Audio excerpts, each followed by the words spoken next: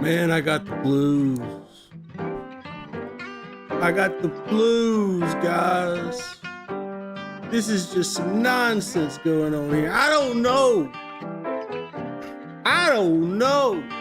I'm just an old wolf trying to stream, and you know, YouTube's got me down, man. I just got the blues, and I don't know what to say about what's going on. I got no chat. I don't even got a good hat. I got no friends. I got nothing, man. I'm just sitting here on the group dub bench, trying to get my stuff straight. Man, it just never goes the way you want it to go. Oh my gosh. What you supposed to do? What is an old wolf supposed to do? I just don't know. Ladies and gentlemen, we started this show a good 15 minutes ago and 2 stream links ago. And man, we were going good. We were going strong there for a hot minute, and everything just crapped out. So let me know, how far do we need to back this thing up? We're getting started right now on opening arguments. You just want to go right into opening arguments, because that's what we can do. We can go into opening arguments and just kind of pick up from where we left off. And I think that might be the best idea. Ladies and gentlemen, chat, what do you think? What do you think, huh? I'm interested in your opinions, because we're trying to get this thing started right back up. We're trying. Not saying we're getting very far very fast. Yeah, skip the name issue. I'm with you. I'm with you. Welcome back, Bromidicus. Welcome back, Hannah. Welcome back, Rhonda. Welcome back, Mama. Charlene, Coach. Guys, thank you so much for sticking through the nonsense and getting back over here to the right spot. I'm just kind of riffing for another minute here or so, giving people a chance to see that we are actually live, and it looks like we are going to stay strong this time. So you know what we're going to do? That's right. We're going to do what we do. We're going to start this video up right where we left off with opening arguments. Ladies and gentlemen, right back to court, as it should be.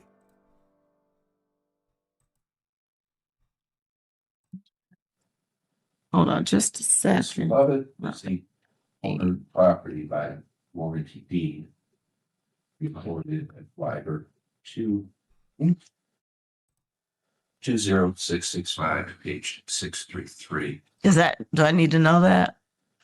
Just giving it some accuracy for the record. We have recorded deed to Okay. And he lives in the house and rented out a room to Miss Archer.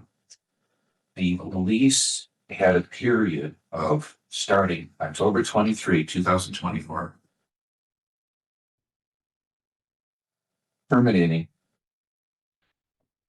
I'm calculating rent from today's date, February, but the lease itself does not terminate until the 23rd of 2026. Let me double check. April 22nd, 2026 is when the lease terminates. That's our proposed existing one. Okay. So the math of that at $300 a month.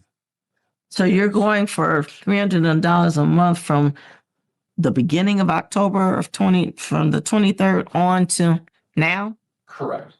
And the way I calculate that, payments were made sporadically. So I just did a simple math. What's the total rental obligation? Subtract what was paid. That's what you know. Okay. The total rental obligation from October till now is $4,888.74. $4,888. and 70. Your Honor, I have created a little chart. I present that to public safety. Sure. This is so fun. And you can give her a copy too. Thank you. Mhm. This will save you some writing. Probably not, because I like to write everything anyway, but So, the prorated rent for the month of October 24 is $88.74. $88.74 prorated for October. Yes. All right. November and December of 2024, $300, 2 months, $600. For the year of 25, $3,600. January and February of this year is $600. That adds up to $4,888.74. Rent received is $2,306.99. Okay, wait a minute. Where is that on the set? Oh, here. 2,000. No. Underneath total rental obligation in bold, the next line below that. 2,306.99. Yes, that was the rent received. Okay. In the form, one payment of cash and the rest were checks, which we pulled from bank records. So if you do the math, 4,884.74 minus gives us rent obligation of $2,493.01. So that's how much rent we're seeking.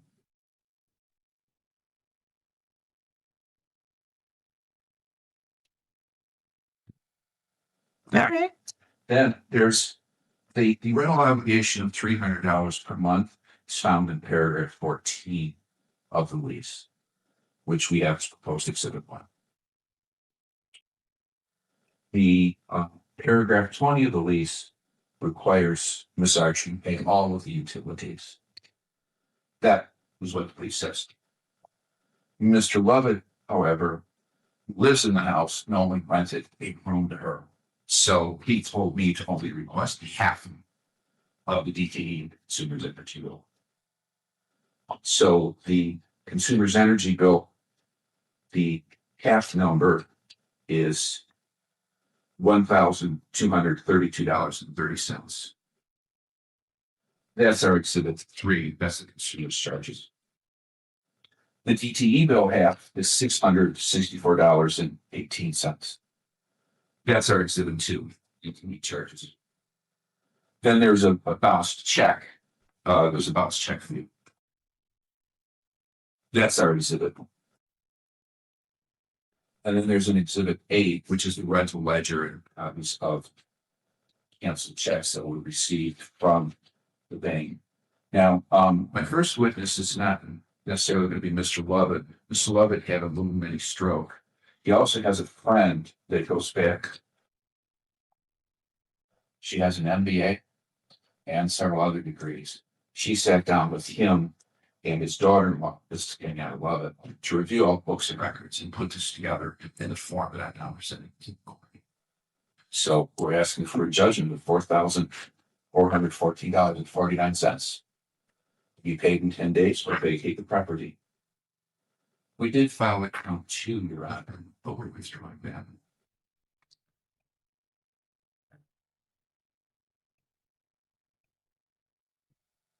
Okay. Thank you. Did you have an opening statement that you would like to make now, or would you like to reserve it until later? I will reserve it. Okay. Call your first witness. Okay. I'd like to call Ms. Sandra Willis to the stand.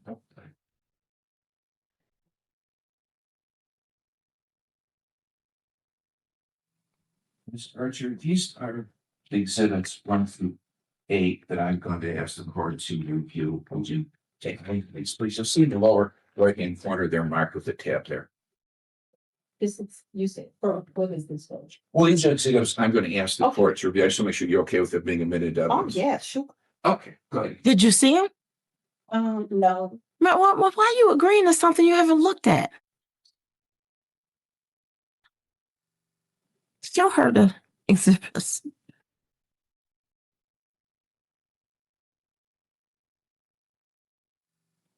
That's some way to reserve. This is not even the right lease. I have a room lease. So that's why I said I didn't need. Well, then why are you okaying it to be admitted if you don't think it's the correct lease? Oh, okay, well, okay, I didn't know. I thought that I was waiting until the So No, he's got exhibits that he wants to put in evidence. okay, no. And he has to request they be admitted, or you can agree to them. Oh no, I don't agree. Okay. That exhibit one, what about the others? With attorneys. Which The lower right hand corner. You see those exhibit stickers? oh, There should be yeah, one I up. don't agree to any of it. None of it is correct. How do you know? You didn't, Because he said starting from ma'am, why don't you just take a minute and look and make sure you know what you're looking at? It's because something there might be correct. The rest of it could be wrong. so it's all incorrect. It's incorrect. It's all incorrect. All right, well, then I guess he can try to get it in. And when he tries, you can object and tell me the reason why you're objecting to each one as he tries to get it in. Okay. All right, ma'am. Just stand, raise your right hand. Do you solemnly swear or affirm the testimony you're about to give will be the truth, whole truth, and nothing but the truth? Yes. All right, thank you. Have a seat. Keep your voice up as if you're speaking to that gentleman in the black and white striped shirt by the door. Yes.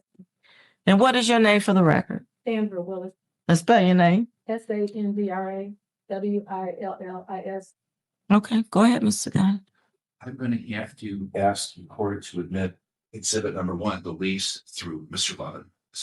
Will doesn't have firsthand knowledge of that, but I'd like to address, of course, I'm sorry, your name. What is your, how long have you known? I'm sorry, Mr. Lovett. No, Mr. Lovett for more than 50 years. Okay, thank you. And what's your education? I have a bachelor's in pharmacy, a doctor's in pharmacy, and an MBA. And your MBA classes, did you do any bookkeeping and accounting? Basic introductory is. Okay. And did there come a point in time where Mr. Lovett or someone on behalf of Mr. Lovett actually reviewed his books and records? Yes, He did. Mr. Lovett. So, okay. And did you review his books and records? Yes, I helped I know, because it him, was there. we went to the bank to obtain the records and we reviewed them, yes. Tomorrow. Okay. Did you also look at his invoices for DTE? Oh, yes, And did you look at his invoices for Consumers Energy? yes. Okay. Your Honor, I was asked to publish a report and minutes evidence exhibits 2 and 3, which are the DTE records. If I may approach the witness. Did you say 2 and 3? 2 and 3. Two is an invoice summary from DTE. All right, she needs the same. And then This here, specific? Yes, Okay, can I say something to you? Judge. Your Honor, I only pay one amount. Okay.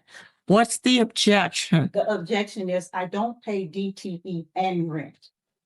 I only pay one. I only pay $300 per month. That's it. So you pay a flat $300 for rent and utilities all included? Yes, Your Honor, I wasn't renting the room. I was his significant other. back by like. And I only paid $300 that I, attorney, Your Honor, that I chose to pay. Mr. Lovett was not charging me anything at all because I was paying major things, getting major things done at his home, but he was not charging me rent. Okay.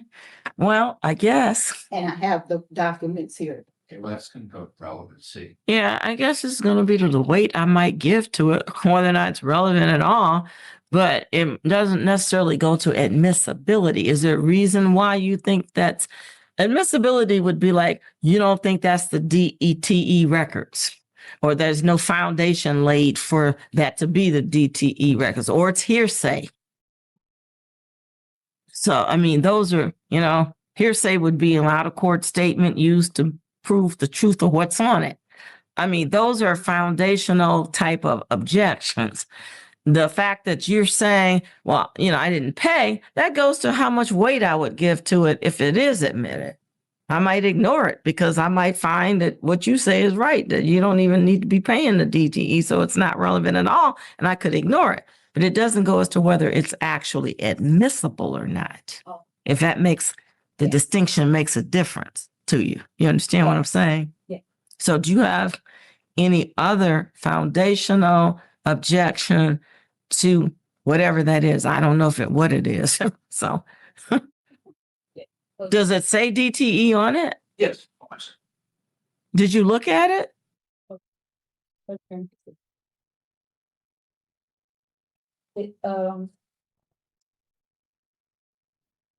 It's not a DTE bill. So I object because this is not a DTE bill. It's a DTE summary sheet on my client's account. It's It's a summary sheet that they created. It's not a DTE bill. no. Let me flip my board here. I'm Go ahead. Ain't no mind it. going to show you these two exhibits. You recognize them? Yes, this is the DTE summary sheet that was provided by DTE, the online support system that shows the payments that he had made. When you say online support system, what do you mean by that? Another online account, and they had directed us to get a summary sheet from there as opposed to, we have copies of most of the bills and they match up with the online summary. from Okay. DTE. So are you trying to, because it is kind of hearsay, so are you trying to say it's an exception, like it's, Be a business record exception. well, who's testifying to that? That it's a business record kept in the ordinary course of business? Correct. Because we don't have anybody saying that. And copies of the actual summary. Well, but you don't work for DTE, do you? I do. No. But you're familiar with DTE. Yes. I have. Okay, and they have a Online, online application where you can access your accounts and things. correct. And that's part of DTE's business practice. Correct. And using that, you went on. How does she know that's part of their business? You take judicial notice. Well, I don't know because I've never gone to DTE to look at the summary. So I can't say for sure that I could take notice of something that I don't know. So the problem is, it is hearsay. It is out of court. It could be used, and it is being used for the truth of the matter. There is an exception, which is a business record exception. And we need to just establish that. And let's see how we can do that.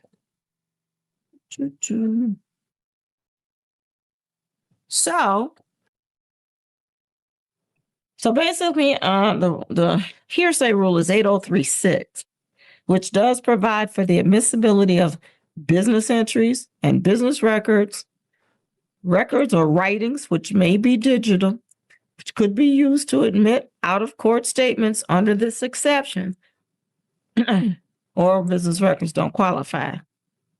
So you have to establish a foundation for the admission of the record. An appropriate foundation witness must be used. The witness must have firsthand knowledge of the method by which the business in question prepares, stores, and maintains records. Generally, the foundation witness is a custodian or records librarian, but any witness with the requisite firsthand knowledge of the business's record-keeping procedures may qualify, including independent contractors that are connected to the business. So the foundation witness needs to testify that the record was prepared by someone in the business in question who had a duty to report it. And the foundation witness typically testifies that the person preparing the record or contributing information to the record had personal knowledge of the facts or events reported, that the report was prepared at or near the time of the event that's recorded, and the witness testifies that it's the regular practice or custom of the business to make and retain the type of records involved. It's important to recognize that the preparer of the document must have had a business duty to report the information and likewise must have relied upon reports made to him by persons who also have a duty to report the information. And a business document that records information that is not within the personal knowledge of individuals with a business duty to report is not admissible under this exception as to the information provided by third persons.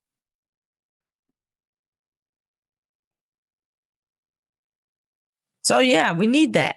Well, what we also have, Your Honor, are bills that came monthly that Mr. Levitt received Mm-hmm. and he paid. Okay. She don't know that though. How does she know what he did? That's his paramour. That's his fiance. That's how she knows. Okay. You know what? He's getting a little bit too deep for me on that level. But I'm just trying to get the evidence in some kind of way, Mr. Sagadi. I could start here on questions. You reviewed Mr. Lovett's bank records, correct? Yeah. Compared his bank records to the bills that came from DTE monthly. And those bank records and these bills line up. Yeah, they will. Okay, and that is what we have, what you've handed to me here, which is an attachment to Exhibit 2. 2 is the summary sheet. Attached to that are the monthly bills that Mr. Lovett received and paid. Okay. He paid those. Ms. Archer's obligated to pay half.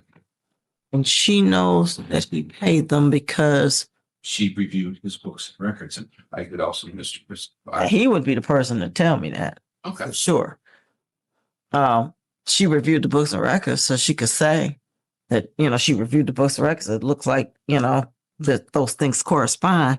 My issue is just making sure, since we're talking about business records and DTE, and she's objected, she didn't agree that that was a business record that was kept in the ordinary course of business by DTE. I gotta let you get it in the right way.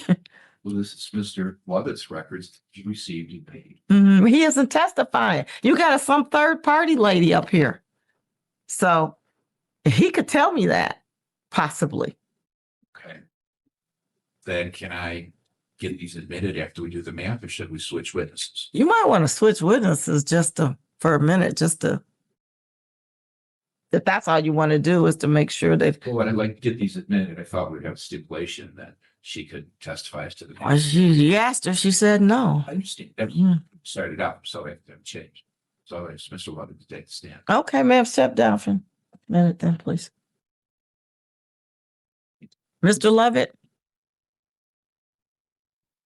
Raise your right hand. You solemnly swear or affirm the testimony you're about to give be the truth, whole truth, nothing but the truth. Yes. Have a seat. Tell us your name. Jeffrey Lovett. Spell your name. All of it. Well, yeah, you got a whole name. JFFREYLOVETT. Okay, thank you. Mr. Lovett, do you own the property at 17200 Evans? Yes, sir. And do you live there? For me? Do you live there? Yes, sir. Okay, and there came a time where you rented this property out to Ms. Archer? You rented it to Ms. Archer? You know what? He bought me a piece of paper. Well, we've been having arguments. I told her, hit the door, get out. Okay, just one. Is she living there now? Now, yeah. Okay. Yeah. Does she have a room that she resides in? The paperwork Just answer my question. Does she rent a room from you? see it. I don't know what she's doing. What she's gonna tell me anything. Okay. How's your health?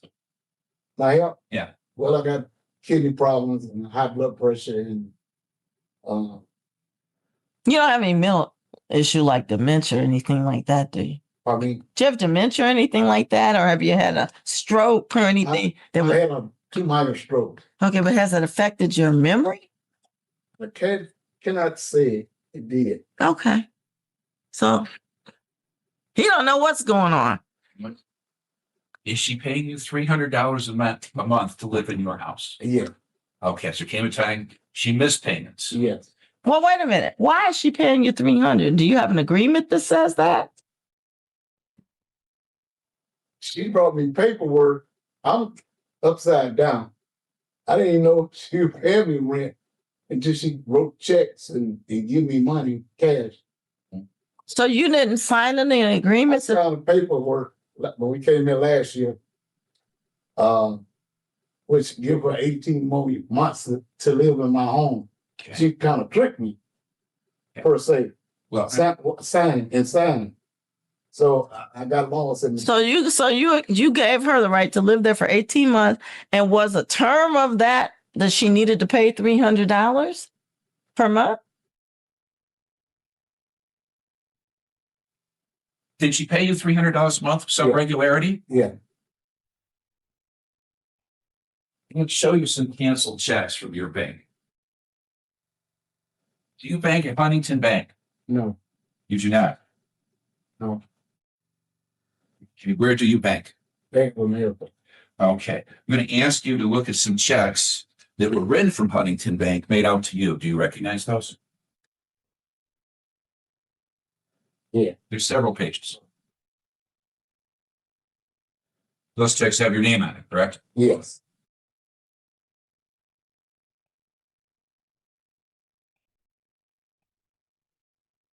Who was the maker of those checks, sir? Mr. Lovin? Who made the checks? I assume she made the check. No, you got to look at it. It should have a name on it, a signature. Sandra Archer. Okay. Yeah. Okay. So, Your Honor, Mm-hmm. this is plaintiff's proposed exhibit number 8, which is a rental ledger, which is a summary of the checks and then the checks themselves. I like to separate the checks as I compare this.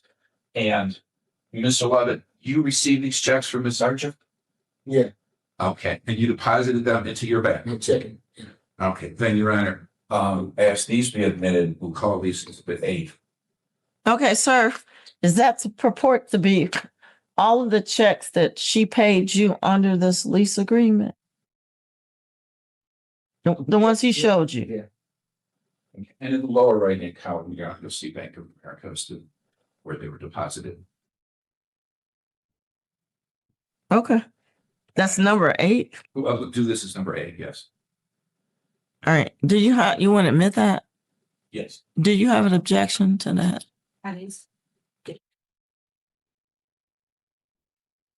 So Attorney Sagati, is this supposed to be all of the checks here? It's all that I have. You also paid $300 in cash. And, Attorney Sagati. is it- To the judge. Well, she got a question for you, I guess. You saying, and you asked Mr. Lovett, right? Did he deposit these checks into this account? She should order him, not me. Okay. What is it that you're trying to ask him? Do you object to those being the checks that you wrote to him in Check, but he didn't deposit them, I did. Oh, okay. And he just said yes. But you gave them to him. He gave me a slip and I deposit all of the Okay, well, you checks. get a chance to cross-examine him and ask him, sir, isn't it true that even though you received these checks that you didn't make the deposit? I did. Okay. So, but you can admit it then. Okay, 8's admitted. Do you want? Yeah, you got it? Okay, sure. Mhm. That's exhibit 8. Mhm.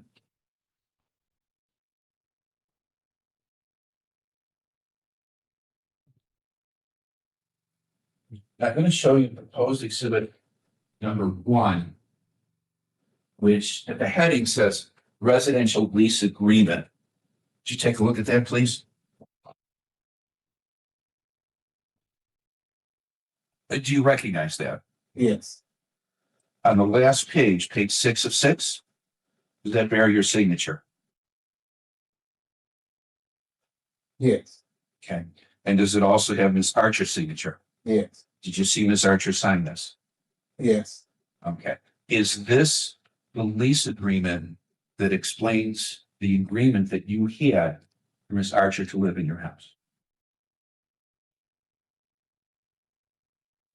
yeah. Thank you. Can I have exhibit 1, Peter? Yes. He wants to admit that. No, Okay. That's not what? that's not the agreement. Okay, but that goes to the weight, not the admissibility of it. So you can cross-examine him on why he's saying that's the lease and anything else that could be the lease. Yes. So you can do that, ma'am, but I can't say because you have a difference of opinion as to whether that's controlling. That might be the issue in the whole case. So I can't say it's not admissible, but I can sure say you get to cross-examine him on why he's saying that and any other document that you have that is, you believe is controlling. Okay, so we'll admit, what number is that? This is going to be number 1. Oh, okay. That summary sheet that gave the beginning has got the numbers with the identified. Okay. All right, let's do it again. You ready? Mm-hmm. Thank you. Mr. Lovett, do you have gas service at your house?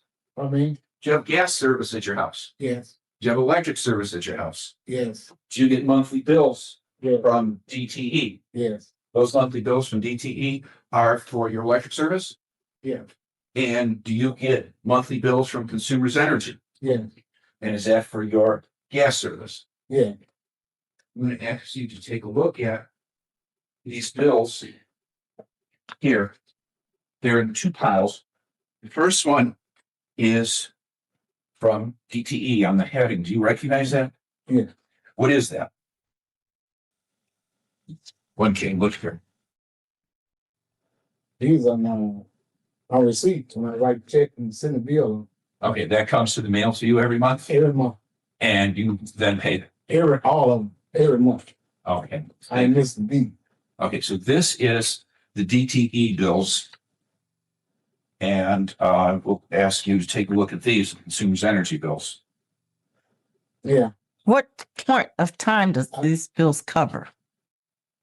The time frame of this, Your Honor, the You might want to get it from him since he's the witness. summary sheet. But okay, what was the times when you got those? Was that during the time period that Ms. Archer lived in the house? yes, sir. Okay. Then I asked that my summary sheet. Do you know what time frame that was? That she lived there? How many years? Time frame? No, what time frame of those bills cover? Do you need to look at the bit Every month, from when to when, sir? from January to December. For what year? Do you need to look at them again? Let's see. Which ones does he have? Does he have DTE? He has Consumers Energy. Okay, give him the DTE ones. Sir, put those ones down. We're talking about DTE right now. Okay. So the DTE ones, he's going to give him a look at. Do you know what time period did these cover? This, you see the month. There, payment due back.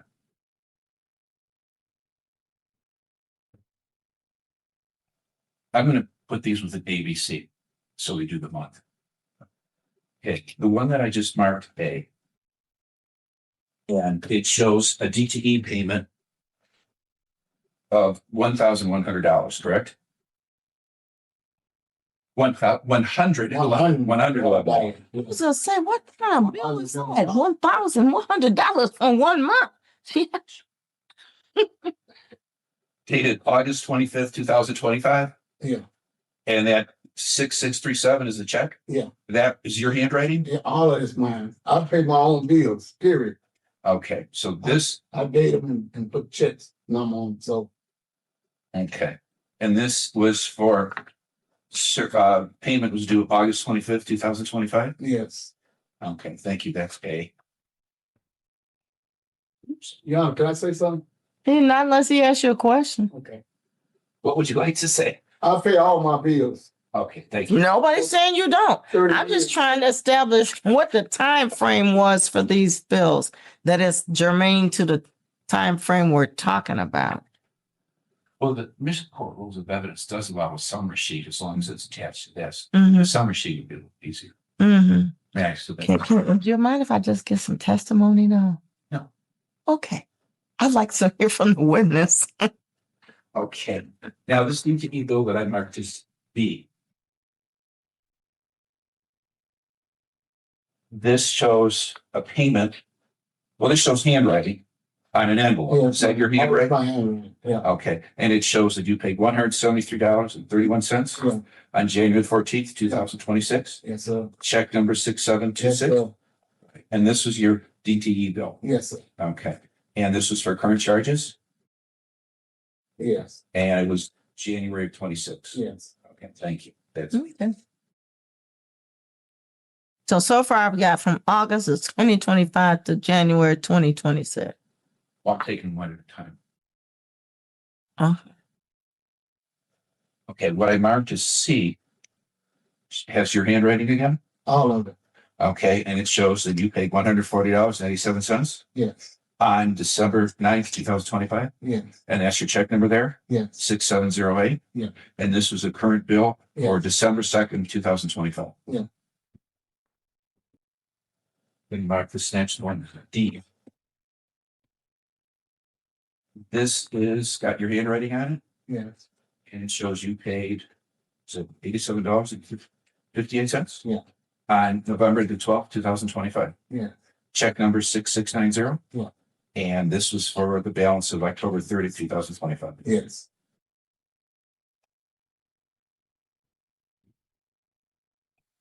Apple mark E. This is your DTE bill. Yes, Is that your handwriting? yes, It shows you paid $300.34 yes, on October 23, 2025. yes, And check number 6672. yes, That's your handwriting. Yeah. And this is for the bill of October 23, 2025. yeah, Thank you. Then I'm going to mark this one F. This is a DTE bill that you received yes, and you paid it.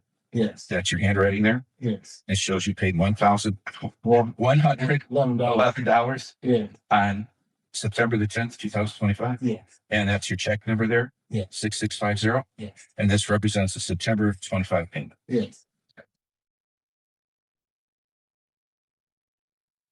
That it? That's it from August through January, as I think I said before. These be admitted evidence. This would be 2A through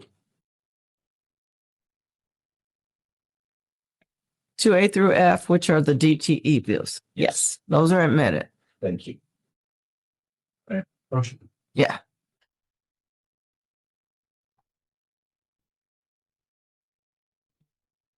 Now we cover consumers' energy.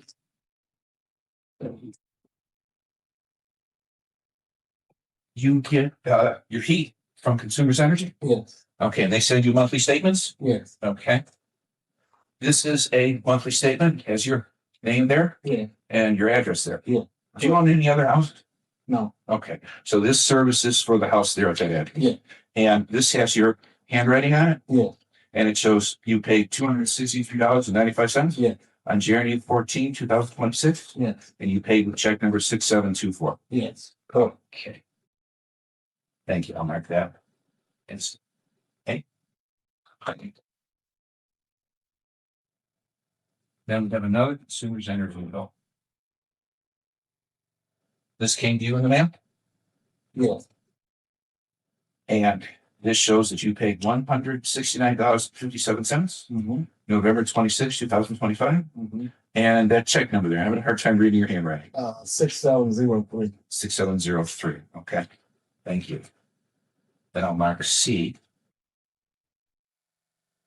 This is another Consumers Energy bill Mm-hmm. that you received for your house. Yes, Okay. And you paid it yes, and you made your handwriting there. yes, And it shows you paid $95.14 yes, on October 23rd, 2025. Yeah. Check number 6680. Yeah.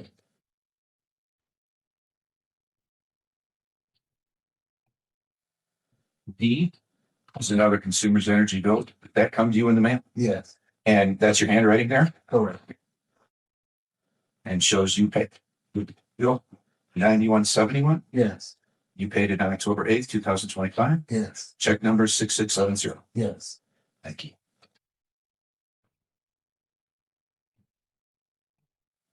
Then we have E. You recognize this? Yes. This is your consumer's energy bill, Yeah. which you paid. Yes. Yes. 9041. Okay, your handwriting. Yeah. You paid that 9041 on August the 26th, 2025. Correct. Check number 6642. Did you at any point in time go to DTE and ask for a summary sheet of your bills? Mm. No. Did you at any point in time go to Consumers Energy and ask for a summary sheet of your bills? No. I move, ask these be moved. This will be exhibit 3A through E. Those are the consumers' energy bills. Yes. Did you need to look at those? She wants to see those.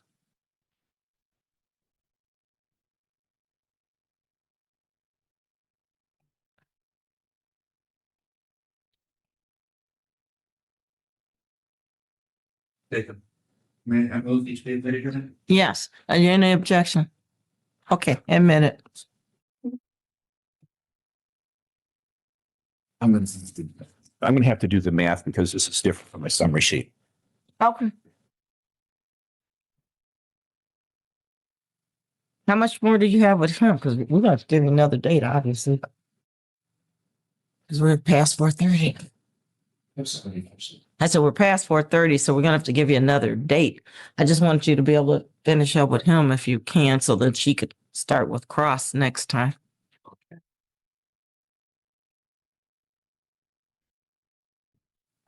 If we have to stop, I'm gonna ask that. Or is this a good time for you now? Ask you to recall at this point. I'm gonna see if I can get more consumers energy DD bills.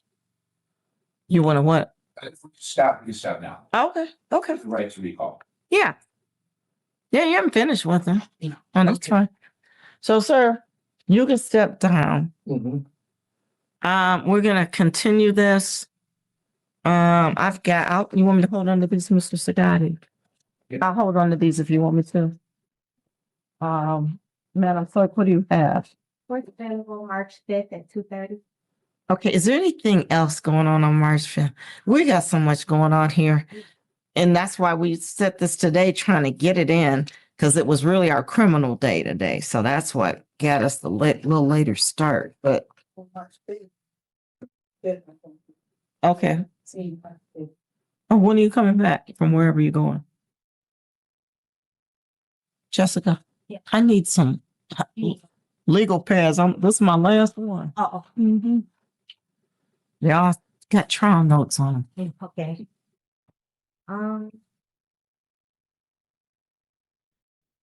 Can I say something before you come? No. Okay, we're just gonna wait. Okay, so it would be the 13th. You come back on the 13th? Yeah. March 13th? Yeah. So anything after March 13th?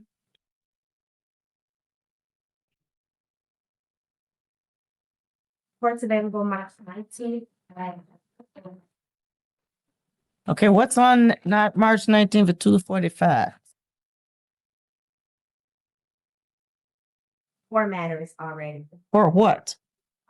Landlord contract or forfeiture, a payment for an objection for an installment, a motion and a motion for summary. Get rid of those. Put them somewhere else. We'll just do this one. I can get rid of this. So let's do this. We'll adjourn. You can move some of that up if you need to. Okay. Because, they can all be different dates. And we can do this one at 1:30. Okay, March 19th at 1:30. How about that, Mr. Sagati? That's better. So that way we have nothing else and we can devote the whole afternoon to this. March 19th, 2026 at 1:30 p.m. Trial continued. No, here. Sure.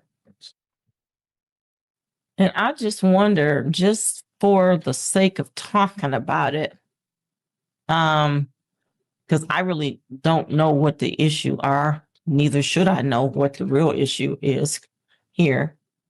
But I'll ask the defendant, Miss Archer, have you talked to Mr. Sagatti about trying to work on an amount that you think is reasonable, may not be what you think the best case scenario is, but something you could live with? And same for him, then he, Mr. Lovett, could decide something that he could live with, but he's not totally happy with. And then nobody has to even come back. And if you need some help, I could have my research attorney try to, if talking doesn't work for you, I could have her try to talk over the facts and, try to help resolve it. Cause, she's not me and she's not going to tell me what she did. So that could help you. I don't know, because, this is right now, and I don't know what the defense is, but right now from Mr. Sagatti's presentation, it just seems like a matter of accounting, the way he's presenting it. And I don't know if that's true or not. It could be some other issues like, no, that's not what we agreed to. That could be it. But maybe you could say, okay, but we can agree to something different and we could come up with an amount if you think you owe something and then settle it. Yeah, actually, I don't owe Mr. Lovett anything. Mr. Lovett owes me. Okay. Mr. Lovett's bill for 15 months, over $5,000. And I have all my documents, I have all my documentation right here. So you're Lovett owes me. Mr. Lovett was. okay. Wait. I don't need to know all of that right now. This about her. Okay. So my question is, Well, What- no, we're not going to do that right here, right now.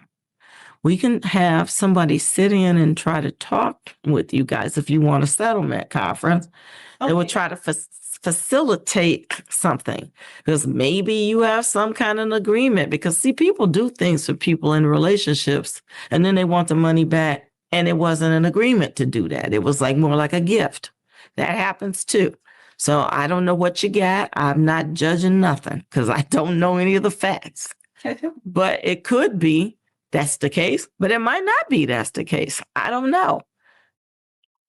As long as it's. And he might say, well, yes, she did pay this. And maybe I will give a break on that because I understood, she was doing this and I should credit her something back. I don't know.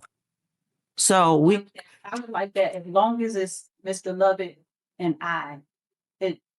You said you could get someone, it's going to be Mr. Sagatti's the lawyer. I have to release him because he's trying to have a personal relationship with me and I got the stuff. Ooh. Sagatti. Sagatti is calling me. Sagatti is sending me, I have it right here. He had sent me videos of his mom. He's calling me from a what up number. He telling me how beautiful I am. Okay. Not that. Oh yeah. So yeah, he's calling me. Okay. Well, he's the defendant's lawyer. I mean, the plaintiff's lawyer. Here's the point I'd like to reach. Yeah, go ahead. This is violation of MCL 600.91, or at least proof that a sincere person can be out of touch with reality. If you'll recall, Your Honor, we were scheduled to be in court on 12th at 1:30. My mother's memorial service was that day. Mr. Dennis Leslie was going to come in from. I called the court and asked the court if we change the time from 1:30 to 2:30 because Mr. Leslie was going to attend the memorial service. I think I remember something about that. I'll happily show you the video I sent. I've been showing it. I've passed it out about 100 times. What happened is I called Miss Archer. I said, we changed the time from 1:30 to 2:30. My mom died. We got the memorial service. She gave me, in that state, you're kind of emotional. She gave me at least 60 seconds of my condolences. And then I says, well, let me show you a picture of my mom. I have a 48-second video of my mom doing a lemon drop shot. I sent that to her. I'll show it to you right now. I want to publish it all over the world. That was my mom at 96. For her to use that the clear violation of MCL 600.2591, hinder the last delay, embarrass. And if she pursues that, I'm going to see costs. He called me, Honorable Judge Johnson. Well, ma'am, okay, let me stop right there. I have you on recording, talk about, I never had to find it on the marry me. Yeah, I have the recording and Mr. Lovett heard the recording. Yes, Okay. he has been trying to, establish. Okay, something. so I'm not sure if what you're saying warrants me to do action versus a complaint, if that's what you're trying to do with the proper authority. I'm not the proper authority for that. Right now, that's his lawyer. I can't keep his lawyer out of settlement negotiations on a case. Okay, yeah, I understand that part. I understand that, but I have all my proof here, but we're gonna, so I can bring it back. I don't owe I have the copies of every payment. Okay, ma'am, well, look, we're not gonna waste any time then. It's, if you are at the point, Oh, settlement. okay, what is it? Changing the subject. Huh? The lease that Ms. Archer indicated she disagreed with. right? Yeah, she said that's not She it. agreed. Indicates that it was a state for years that ends on April 22nd, 2026. So why do you want to make me a party to the settlement? So we'll make a judgment today, we'll try everything. Consent judgment, termination of tenancy, convert from non-payment rent to termination, the move out date of April 23rd. That still doesn't fix the rent issue because Don't care. he could come back later and ask for damages for rent. This is a motion for just possession. She may have a counterclaim, she may have an original claim. This resolves the possession claim. Okay. We're done. If possible, Ma'am, did you hear what he wanted to possibly do? if possible. Ma'am, What? listen to me. Listen to me. Stay there. He said, convert this from a non-payment of rent case to a termination of tenancy case, meaning they today will just take possession of the room back in his house, let him have his room back, and you move. And then you want to stay there. No, there's it's a moving cost in this agreement. There's a moving cost. Mr. Lovett is supposed to pay the first 6 months and a security deposit. And this was something that was established because I moved out of he asked me to move in his home. And I told him the next move I make would be out of state. I've been at his home almost 8 years. Okay, so the situation changed when he got involved with Miss Willis. She wanted me out. She said she's invested. I didn't have no problem with it. You vested, I'm not. I said, this is what I'll do. And he told me, no, you can stay until the car is paid off because both of us is on my car. So he said, you could stay until the car. I said, no, because I'm a free spirit. Be with the person that you chose to be with. I don't have a problem with that. That's what the 18 months was about. And what Mr. Lovett said, he wouldn't even get up there and lie. Mr. Lovett did not charge me anything, but as a good person, I decided to pay $300 a month. It could go towards anything. And then I paid his bill. 15 months, I have every payment. Okay, but so you don't want to. If he give the money, I'll be out of his house in 21 days. He gave me this yesterday. Okay. And I don't have to go anywhere until April 22nd. Well, April 22nd, your Honor, my supposed to move out. But he just gave me that yesterday. The problem, why is Mr. Love? Mr. Love just gave me birthday money. Mr. Love just he just gave me birthday money. I'm not here for that. Mr. Lovett, did you give me money for my birthday? Okay. For my birthday. Excuse me. The court is in session now. See, I don't know what Mr. Lovett playing. Hello. Listen, this is not court TV here. This is real court. And I don't want to hear all this personal arguing between you two back and forth. Now, you feel free to step outside this building and have at it, as long as you're not duking it out with fists. You can argue all day long, but I don't want to hear that in here. So the bottom line is, I'm just trying to see a reasonable way to try to resolve the case. But ma'am, you're telling me you don't think you owe him anything, so I'm not going to waste any time trying to get my research attorney to try to work on out a settlement if you're not willing to pay anything. Because you're saying you don't think you owe nothing, so you just want to continue to try. Yes. Okay, then that's what we do. No, she's not. Because Okay. she's the typical order of presentation. If Ms. Archer could do her presentation first, she's saying things. What presentation? She's got allegations against me, she's got allegations against a friend, she's got allegations against Mr. Lovett. So She says you guys have the burden of proof on the money. Why would I want to hear from her? She don't have to do anything. She don't have to do anything unless she chooses to. After you present your case, so no, we're not going to do that. the deposition. No, listen, I don't know why you all are doing this to me, but you're not doing this to me. We're at trial. We're not opening any discoveries. We just gonna muddle through this the way it is now. I'm gonna try to keep control over all of this because this is getting a little bit out of hand. No, we're not opening discovery. Yes, we're coming back on March 19th at 1:30. Yes, Mr. Sagatti, you got your proofs all ready to go. You're gonna finish up what you gotta do. I'm gonna give her a chance to cross-examine. Then, ma'am, if he finishes with all of his witnesses, then you can present your case. And that's where we are. We're not. For her to make sure legal aid. Yeah, she wants the lawyer.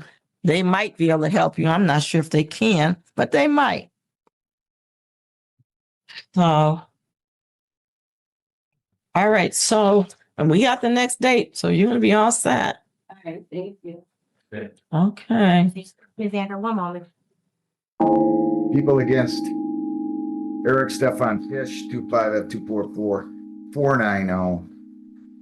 Your name? I have 2 counts here. I have failure to pay fines and costs.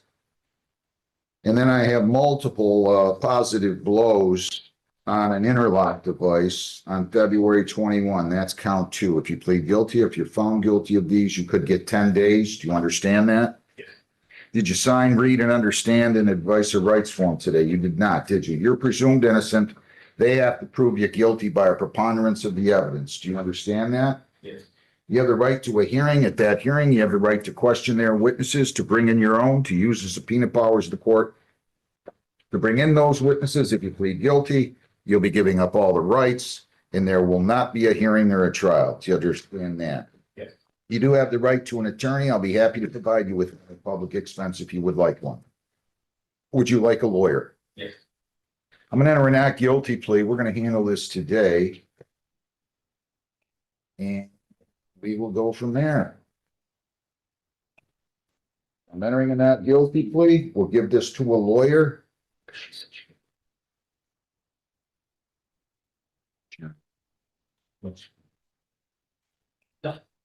We found cash. Well, yes, there you go. Yeah. Just give it to a lawyer. We're going to give you a lawyer right now, okay? And then I'm entering a not guilty plea. Then you come back in, all right? With your lawyer. Thank you. You can, Just leave that there. I'll get it. and you can go right down the hall and they're going to give you your notice, okay? Good luck. Stay here. Out there. He's going to set you up with a lawyer. That's fine. Whatever you. Okay, I'm going to take this one with Flat Rock.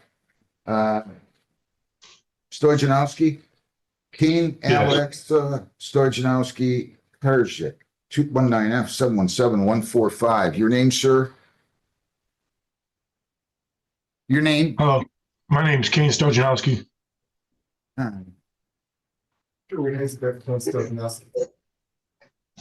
right. So it looks like there was a jail start that was suspended.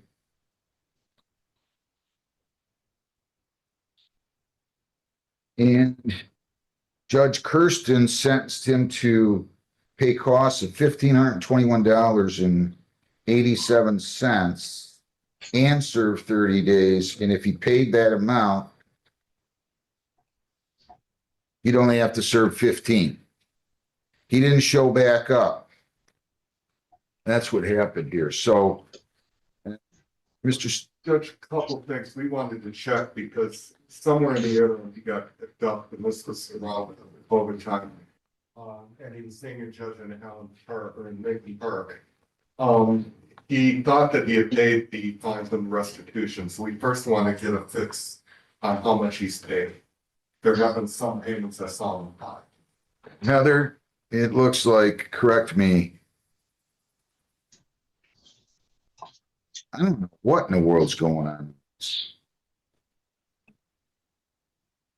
It looks like Judge Kirsten sentenced him.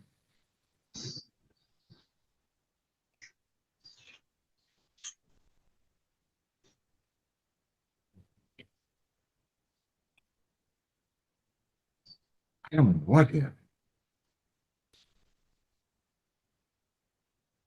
Looks like Judge Hessen had him in front of him on May 7 of 24. Had him in front of her, and it looked like he was to pay $761. Heather, can you look at JIS and see what happened on May 7 of 24, please? May 7th. I'm looking, so it looks like Judge Kirsten was here then. No, not It was- on May 7th to 24, he wasn't. These are Judge Hessen's notes on the back of the register. There's arraigned guilty, sentence, credit 11 days. Oh, wait, I'm sorry. 9 Okay, I'm sorry. I was looking at that wrong. All So right. yeah, we have a JIS for him to pay $761 on May 17th. Then the balance was to be due on July 12th of 24. Of course, he didn't pay. That is correct. There was no payment. Because we done in June of 24, we sent a collection letter out. You keep playing fugitive with us, young man. You do this with all courts, or you just do it with us in No, Woodhaven? Your Honor, I was in the Flat Rock court, and We don't have, they there said- isn't a court in Flat Rock. We're in Woodhaven. No, I know. I was here is what I'm saying. I was in jail in Flat Rock, and I was on Zoom with the Lincoln Park judge, and he told me to come in there. And When was this? This, I don't remember exactly. It was a couple years ago is when I paid it off. You were in so- front of Judge Hessen on May 7 of 24. It looks like she told you to pay $761 on May the 17th and $760.87 on July the 12th, or serve 79 days. And you didn't do either one of those. You didn't make either one of Your those. Honor. Listen. No, I'm not listening. I'm sorry.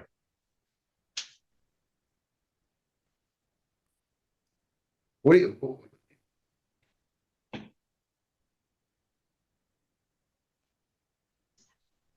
Sorry, I can't hear you. I didn't say anything. I'm Okay. just flabbergasted that you played with this case like this. No, I Your re- Honor, I understand. I literally paid Lincoln Park though for I don't it care. We're because- not in Lincoln Park. This is Woodhaven. I don't care what you did in Lincoln Park. You kidding me? Your Honor, they were about. It was this same case. It was for this case. You're telling me you took the money to Lincoln Park? No, Your Honor. When I was in this for this case, I came here. I was on the Zoom call with Lincoln Park Court when I was in Flat Rock That's Jail. fine, Lincoln Park, because they probably zoomed in on a case of theirs. They weren't handling it for us. You were in front of Judge Hudson on May 7 of 24. Whether it was by Zoom or in person. And I just told you twice what she said. And you didn't pay, and you didn't show up, and you didn't ask for more time. Now you've been picked up. No, Your Honor, I literally, they told me it was for this case though. I've only had Who one is case. they? Who is they?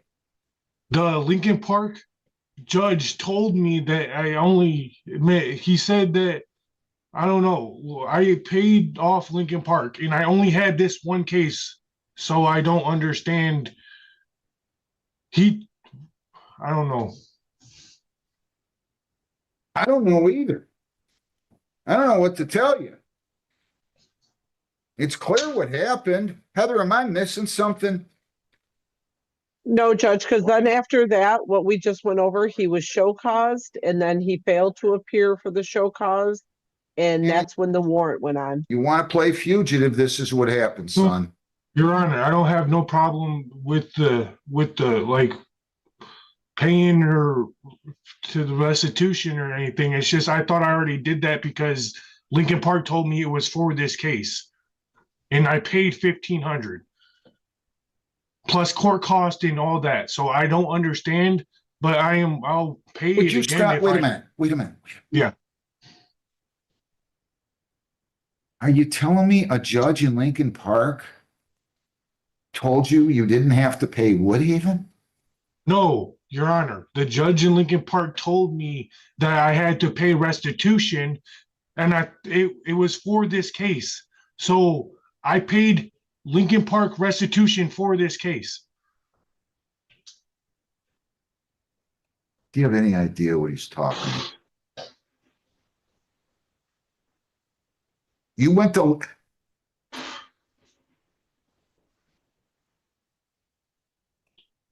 for this case.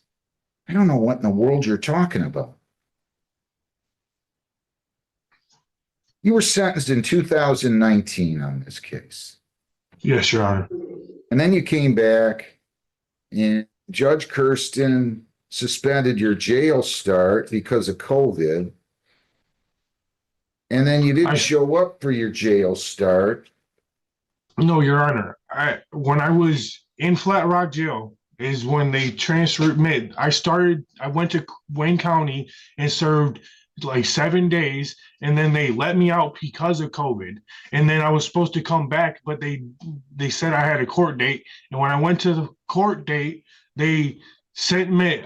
When I came back to Flat Rock Jail, I was on the Zoom call with Lincoln Park and judge, and it was for this case. And the judge said to come in there next court date. And then when I went in there next court date, he put me on tether, and I paid restitution, and I got it all off, and then he got my tether off. I don't know. All I'm saying is it's only been this one case though, so I don't understand.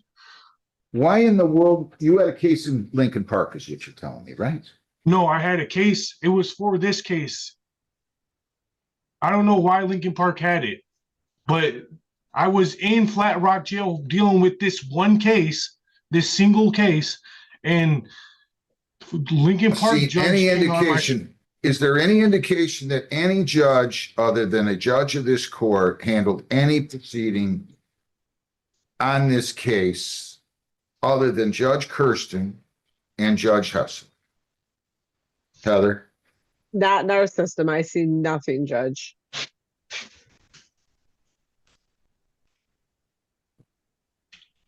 Your Honor, listen, I'll pay the restitution, and I didn't know I Listen. still owed it. Listen, you're going to pay it all or you're going to sit in jail. Yes, Your Honor, I'll pay it. I don't have no problem with paying it. I just thought it was already taken care of. You thought it was already taken care of. Yes, because it was for this case when I got it was. I understand. Would you sorry. do me a favor, please? Yeah. Would you just kind of save it for me? Yeah. All right.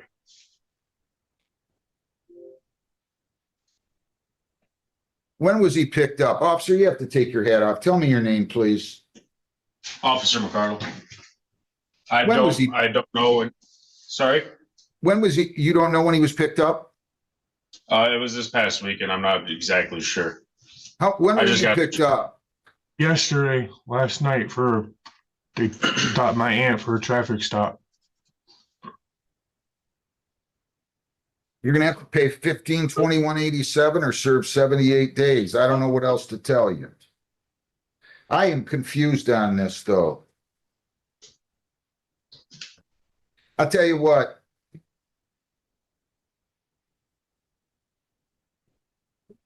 I think Judge Hessen was trying to change and give him a break because he didn't show up when he was supposed to show up in 2020. I think that's what happened. You pay 15/21/87 or serve 20 days. We don't need to put any of the credit on there. I'm giving him more than enough credit. So you're gonna be in custody for 20 days or until you pay 1521.87. Any question? You got 21 days to appeal, 14 days to apply for a court-appointed lawyer for purposes of appeal. Do you understand that? Yes, Your Honor. All right, good enough. Thank you. Yeah, you pay that, you're gonna be released and the file will be done. All right. Okay? That's Yes, it. Your Honor. Good luck. Thank you. Thank you. you. Eric Stefan Kish, 25F244490. Good morning, Mr. Carmen, your appearance. Good morning, Your Honor. Michael A. Carmen, 37384, on behalf of the defendants. Sir, your name? Eric Kish. Ms. Wiles? Elizabeth Crossface, Your Honor. Okay, so he was arraigned on these charges, fair to pay fines and costs, and then the Soberlink positive or the interlock blows. What is he going to plead on these? Or does he want a hearing or is he going to plead? No, he's going to plead guilty to count 1 and 2. Is that what you want to do, sir? Yes. If you plead guilty here, you could get 10 days to both the 5 on each charge. Do you understand that? And did you sign, read, and understand the advice of rights? Yes. If you plead guilty, you'll be giving up all those rights and there's not going to be a hearing or a trial. Do you understand that? Yes. Count 1 that you failed to pay fines and costs is ordered, balance owing 1535 as of the date of the show cause. How do you plead? Guilty. On count 2, to the charge that you were positive for alcohol on your interlock device on February 21, that you blew a .172 at 217, 173 at 219, 161 at 312, 139 at 313, 158 at 322, 129 at 336, 136 at 338. How do you plead? Guilty. Did you blow positive if with those results on your interlock? Yeah. And had you consumed alcohol? Yes, sir. How much? Not that much, just right number from here. But Well, that's a lot. That's pretty high. How much did you have? it was by accident. It was that liquor rat drop off of some sort Hang on a second. of alcohol. Am I reading this right, Beth? 0.17? Your Honor. Now, I would believe you had 1 drink if it was 16 ounces worth of vodka. Don't come in here and tell me accidental consumption. If you don't think you consumed anything, knowing, then let's have a hearing. Got it? You got it? Yes. Did you knowingly consume alcohol? Yes, sir. I don't want to get a lie to here. I'm so disappointed in you. How much did you drink? Don't tell me 1 drink. I'm not stupid. I hate to use that word, but I'll use it in this context because I'm talking about myself. Maybe 2 to 3, to be honest with you. 2 to 3 what?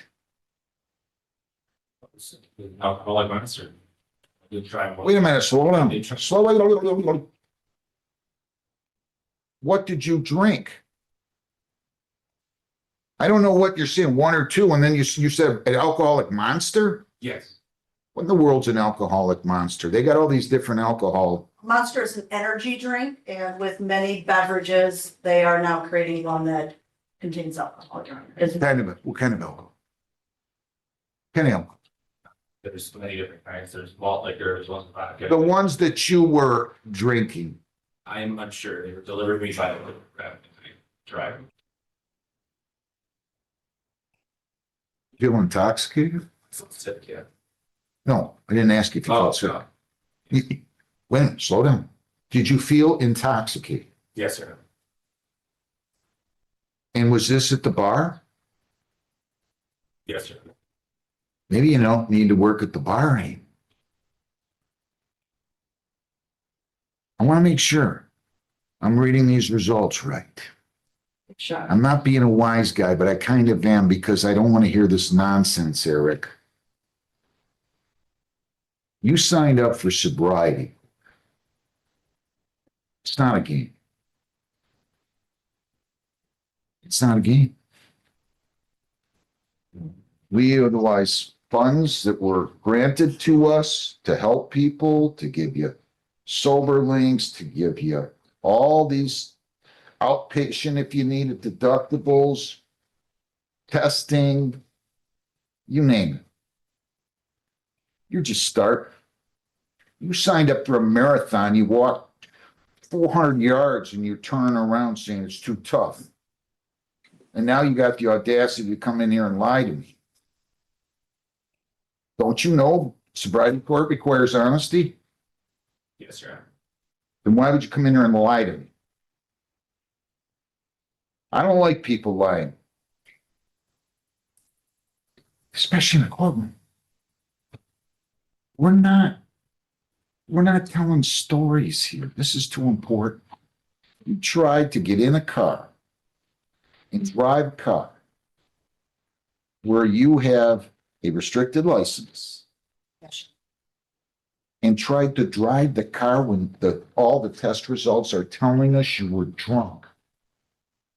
This is serious, serious, serious business now.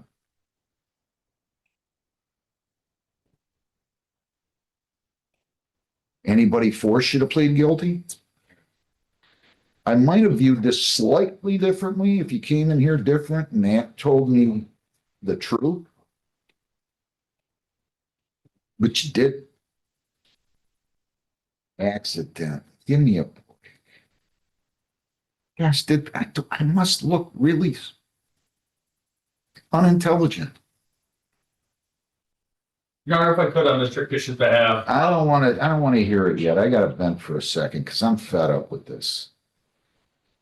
I'm fed up. You got no business being in sobriety court. None.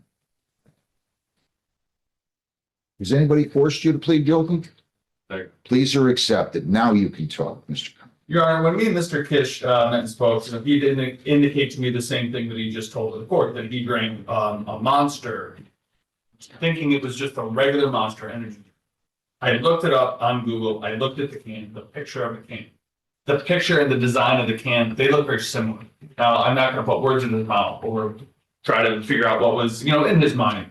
But just one thing that struck me was that I didn't even know that there was Monster energy drinks. And someone who consumes energy drinks occasionally myself, I think in his defense at least that it was possibly an innocent mistake at first. And I will represent to the court, looking at the picture here, that they're 16-ounce cans and they're 6% each. So as he just stated, if he drank 2 or 3 of them, I think that could put his BAC to the readings that were on the Interlock. Over what course of time did you drink these 2 energy drinks? 45 minutes. Was the rep that was promoting these, was he standing there with you while you were drinking them? He just dropped them off. So there was no hurry. No. And you certainly felt intoxicated. When it all came to If you didn't feel intoxicated when you had a 0.172, then we got a bigger problem than I even thought.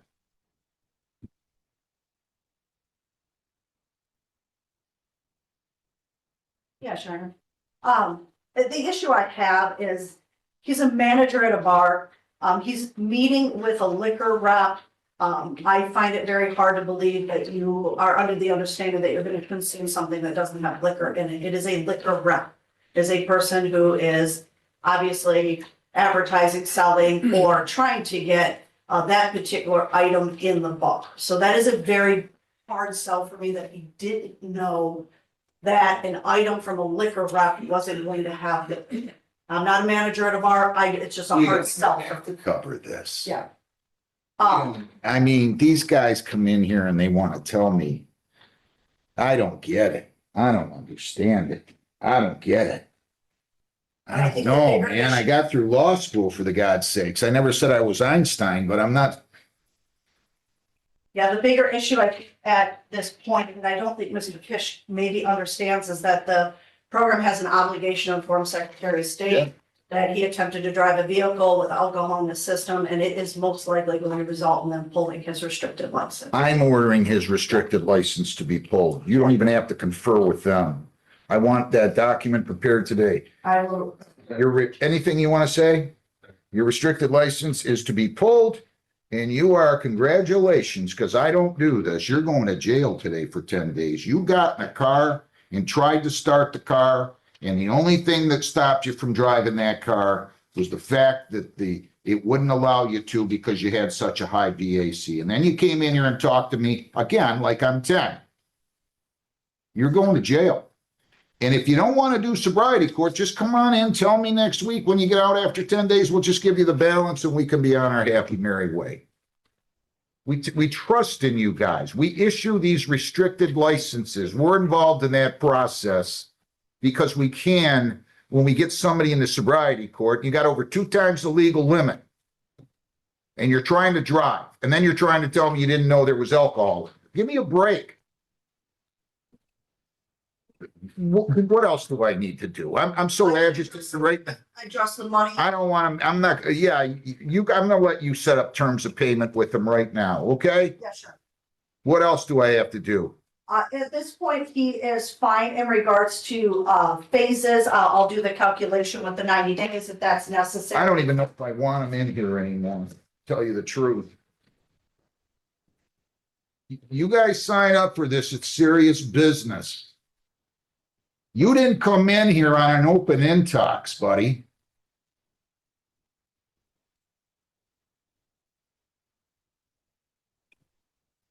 Get out of here. Have a seat in the jury box. James Hunt Jr. All right, our next matter is Nivea Horton.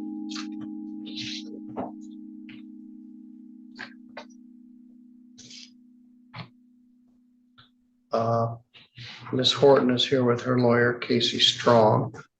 And also present is Angelique Camfield from the prosecutor's office and Priscilla Walton from the probation department. Ms. Horton was quite intoxicated on 7/17. She entered a plea and the matter was set for sentencing today. Ms. Walton has prepared the screening report.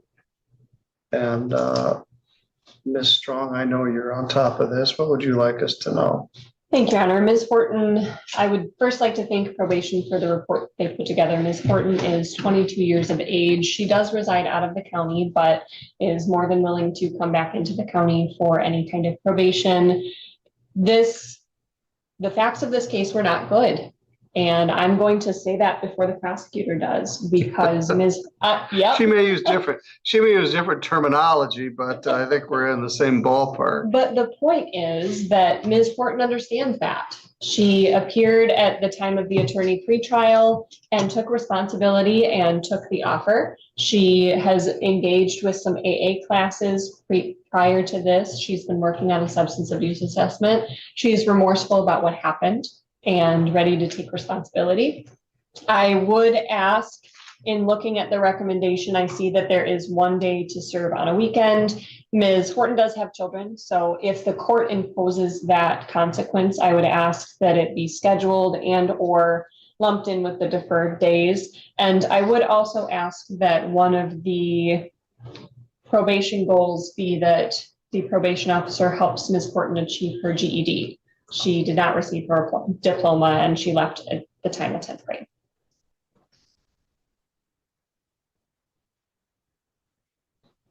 All right, Ms. Camfield. Well, Ms. Strong is absolutely correct that this was a very serious accident.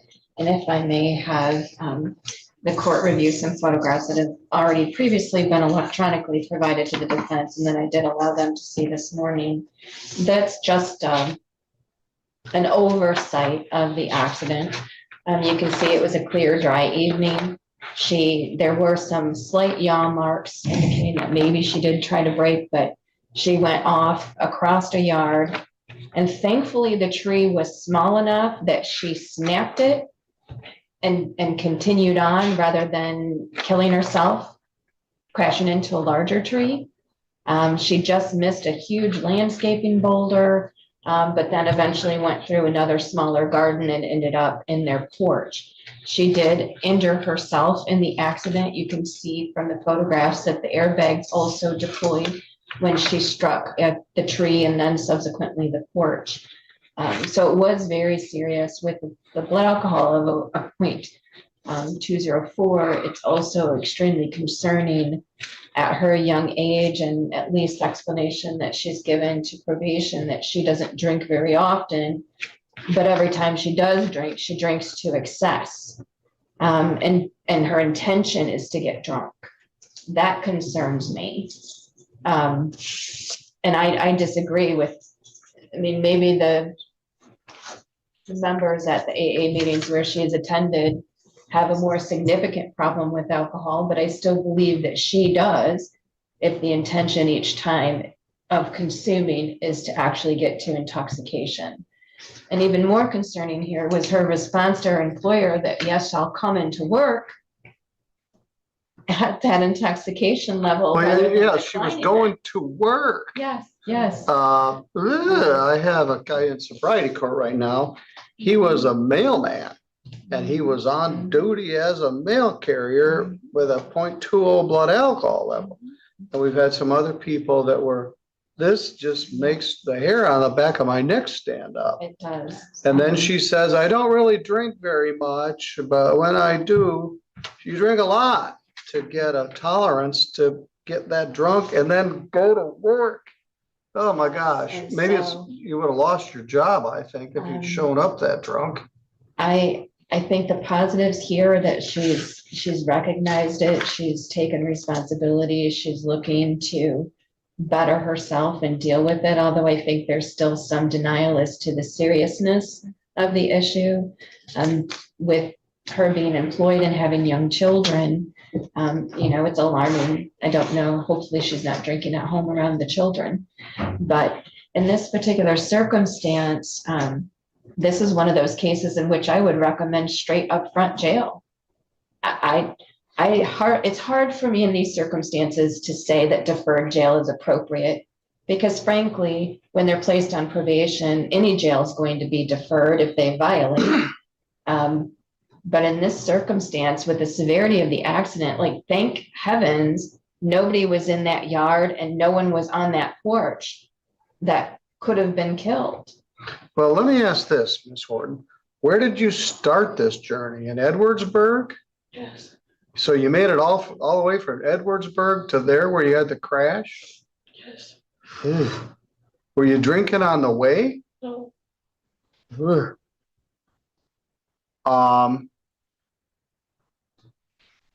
Which way did you come from Edwardsburg? I was in Edwardsburg and I came down 12. Okay, then Fawn River. And that's okay.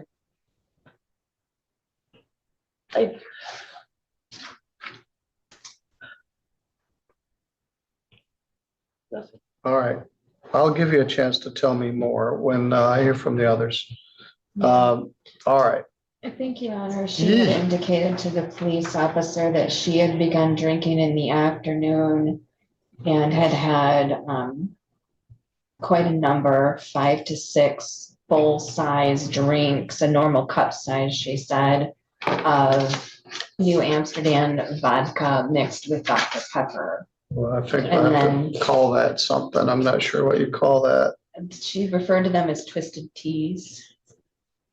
I think twisted teas were also in addition to that. Mm-hmm. She had smoked marijuana the night prior, which was also in her system. I do note that there was a sedative in the system, but I believe that was administered at the hospital or in the ambulance on the way to for pain medication prior to the blood being drawn. So I don't think she partook of that prior to the accident, but I am very concerned about polysubstance use here in somebody that young and arising to this level to result in the severity of the accident that did occur. She is so lucky that she didn't hit one of the larger trees in that yard and kill herself. I mean, it is very, very serious. And then her children would be without a mother. And her license was expired. Mm-hmm. There's more going on here, Miss Horton. This is so very self-destructive. this is, you're punishing yourself. There's some underlying issues we need to get a handle on. And I don't want you to smoke marijuana. If you're going to get a medical marijuana card, I might as well just put you in jail right now.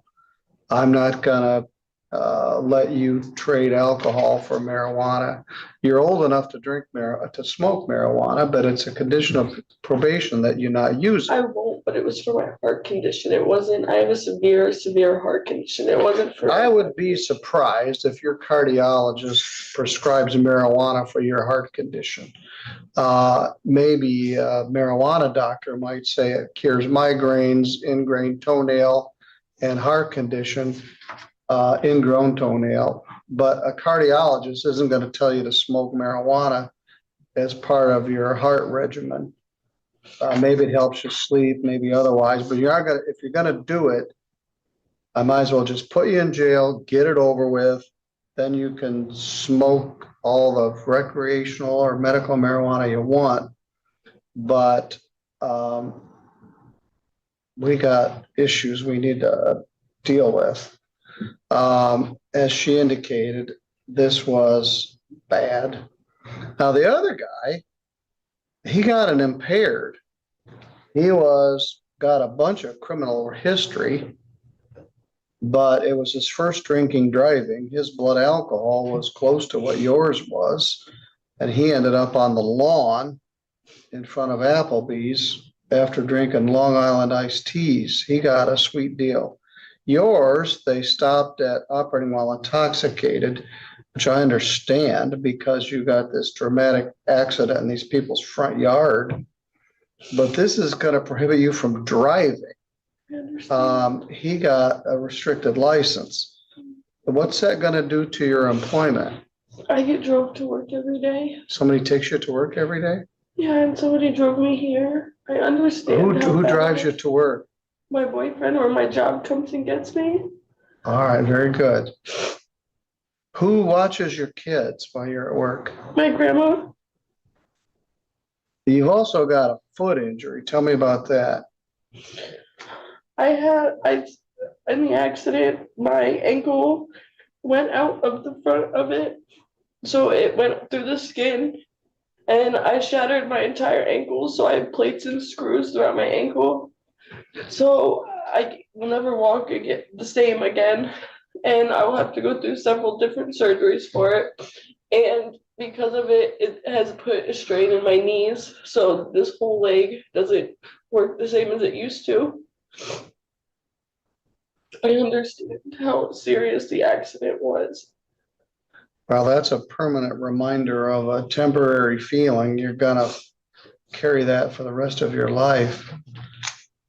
Priscilla is a longtime clerk in probation, but new as a probation agent. And Priscilla, this is gonna be a probation that's gonna need some supervision. What else would you like to add, if anything?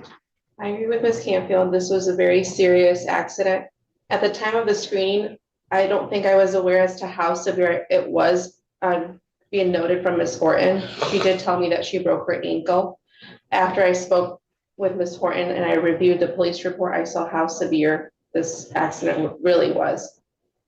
Like Ms. Canfield said, she injured herself, but she could have injured someone else.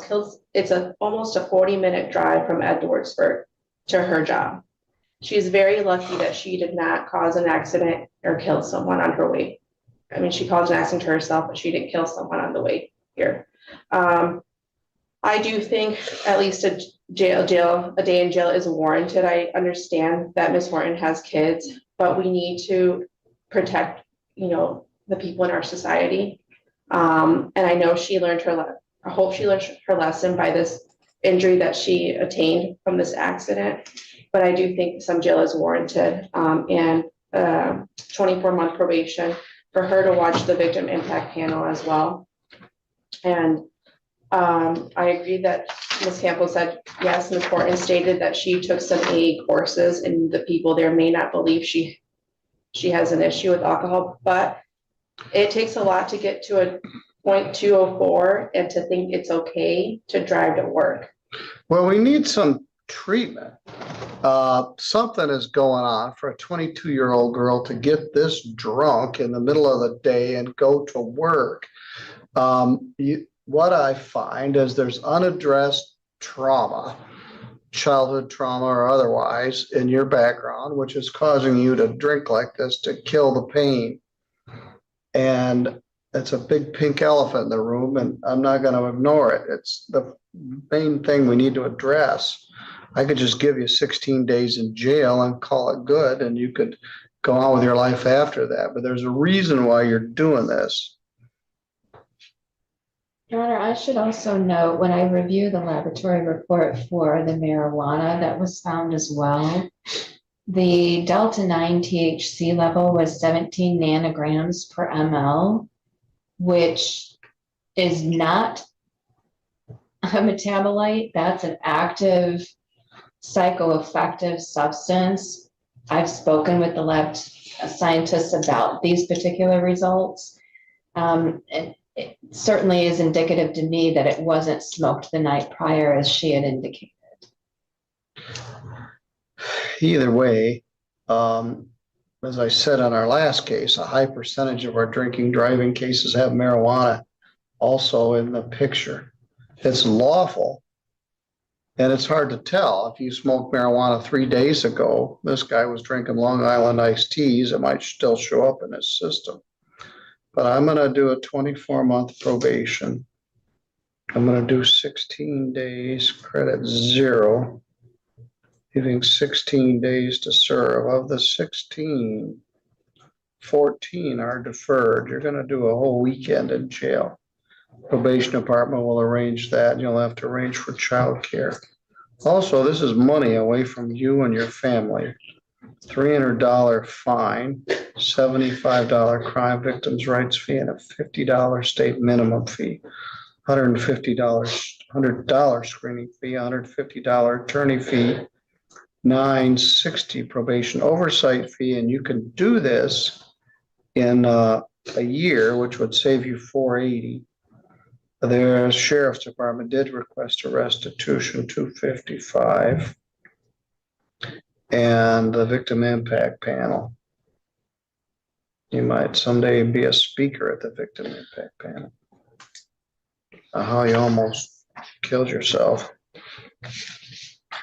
I'm also recommending substance abuse counseling and treatment, either through Cass County Services or ours, but I want to get a handle on why you're doing this to yourself. Not to drink any alcohol or use any controlled substance, or attend the victim impact panel, or your test as directed.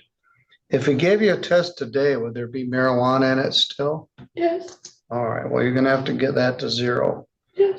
I'm surprised that your employer doesn't test for that. If you're doing home health care, you don't have to test for work? No.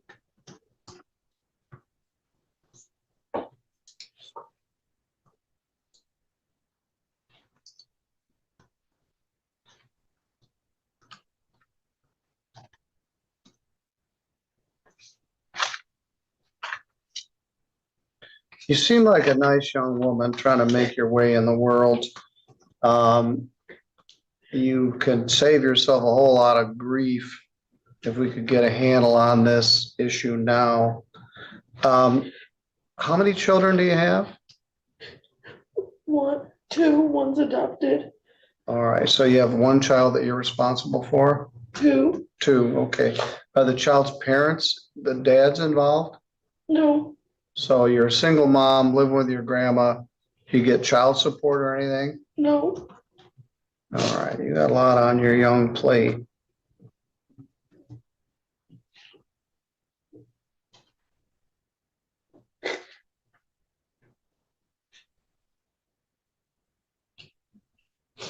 I'm serious. You could have a whole different course of life if we get a handle on this now. Otherwise, it's going to be a long, bumpy ride. All right. And if I put you in jail for 16 days, people will say, you should have thrown a book at it, blah, blah, blah. I don't know what I accomplished. You lose your job. Do they know about this? Yes. All right. Did they do any employee counseling or anything? No.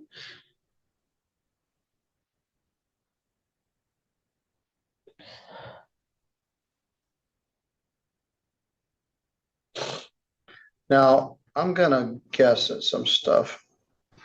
You didn't think you were gonna go to work that day, is that correct?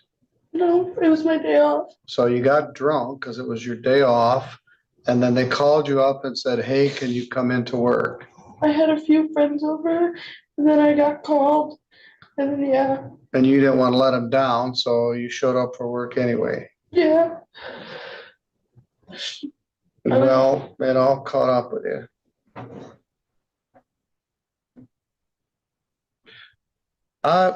You're in Edwardsburg, Yes. but you work over here.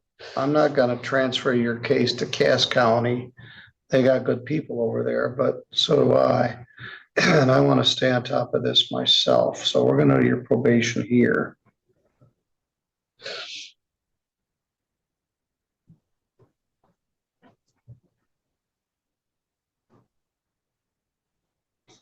All right, you go with Priscilla. And Thank you, Your Honor. she will get you started. Thank you, Priscilla. Thank you, Ms. Strong. Ms. McNeese, there are actually 4 cases set. Which one are you on? Or are you on more than one? I believe I just have Jefferson Capital versus Gillespie for the motion up for this afternoon. Is our firm on That's a another one? Weber and Olcease case. Yes. She also has 3 Rusin Varchetti cases. Gotcha. Yep. So just the Weber and Olcease matter. All right. Ms. Gillespie, can you hear me? Could you unmute your microphone? Yes, Your Honor, I can hear you. All right, we're waiting for the other attorneys to show up. I don't know if we'll have more than one or just one from that law firm. Okay. These were set on relatively short notice, Ms. McNeese. I appreciate your firm's accommodating this. The defendant was quite distressed when she was here. And the clerk asked me to, this is not a usual civil motion time, but I had a block of time, so I put it in here.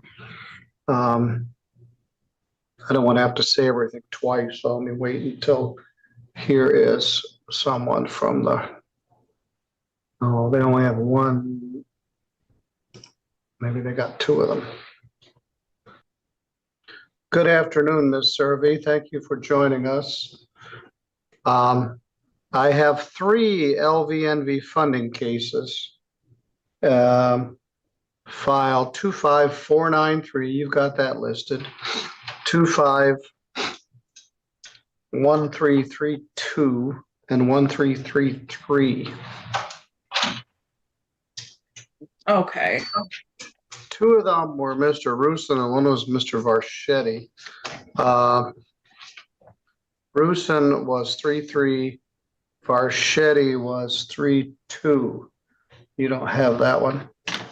Okay, they all would have been from my office, so let me jump onto the 3rd one now. Yes, thank you for being here. All right, we're on the record. Let me call all this. These are 4 matters, and the defendant is Brandy Gillespie. Brandy Gillespie is here by Zoom. 3 of the matters are entitled LVNV Funding Capital versus Brandy Gillespie, and 1 is entitled Jefferson Capital Cities versus Gillespie. Let's go through these one by one.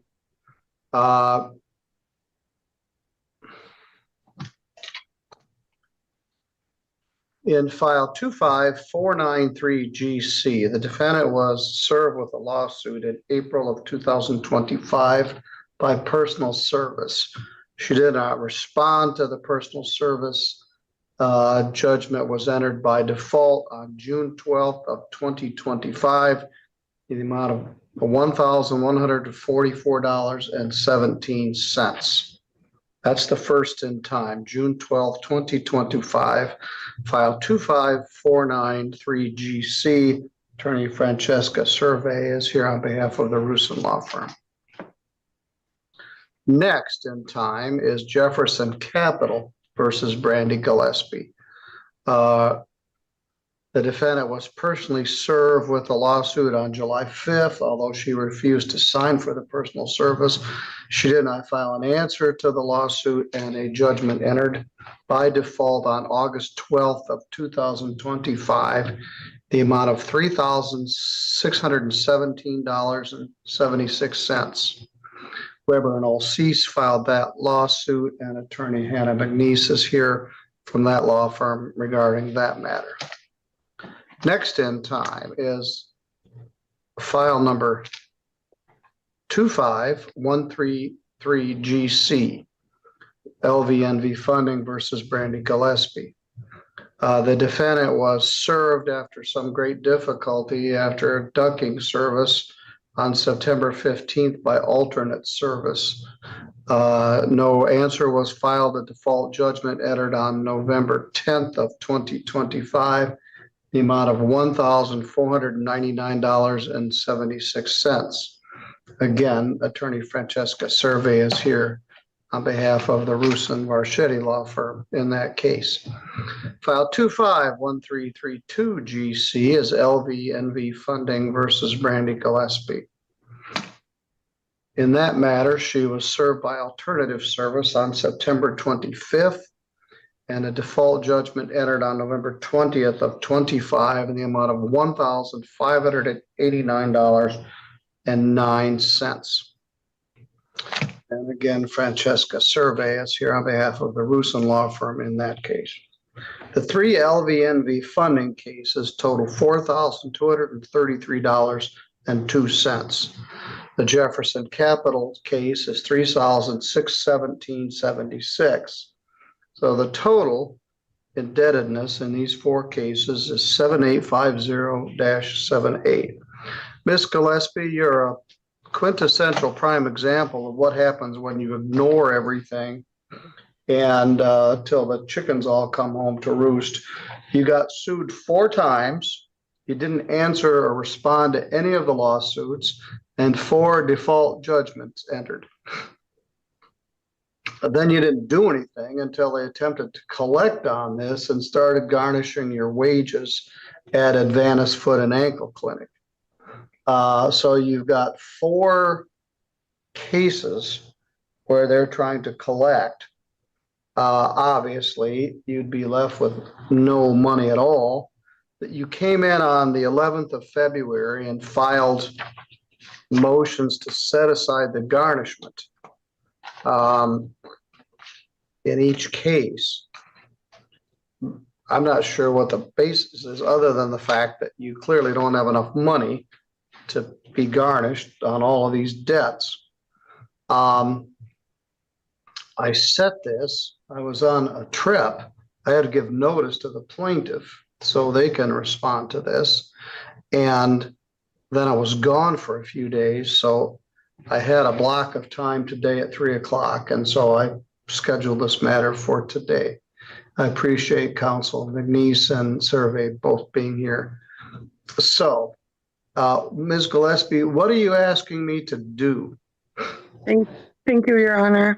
So one of the cases from the LVNV funding, the 25493 GC1 is paid, and they haven't sent that in yet. So I would like that one to be cleared up with the courts that that one is paid.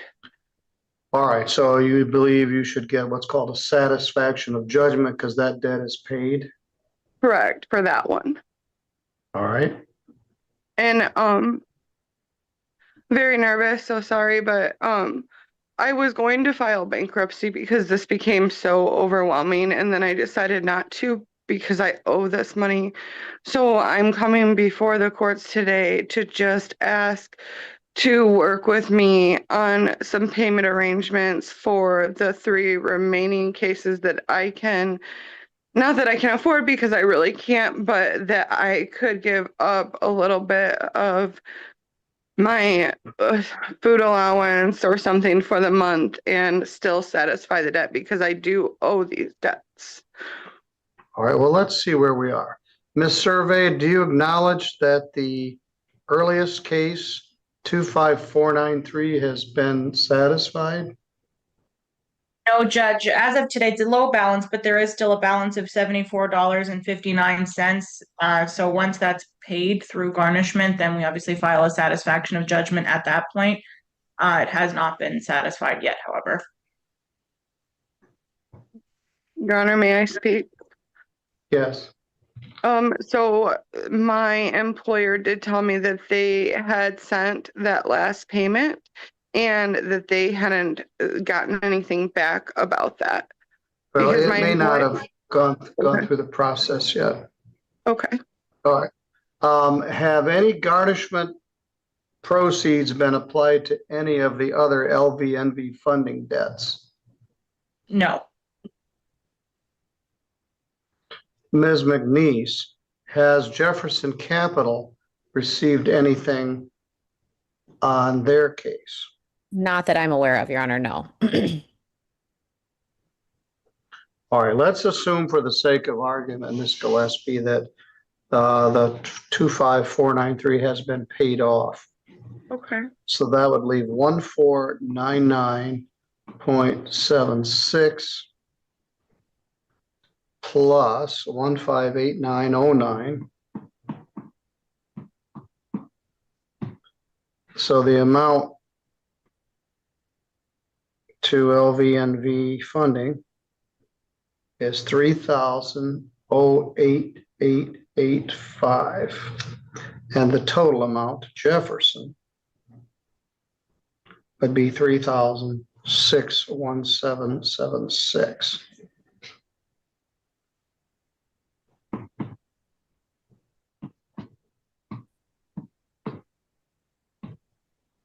The total would be $6,706.61.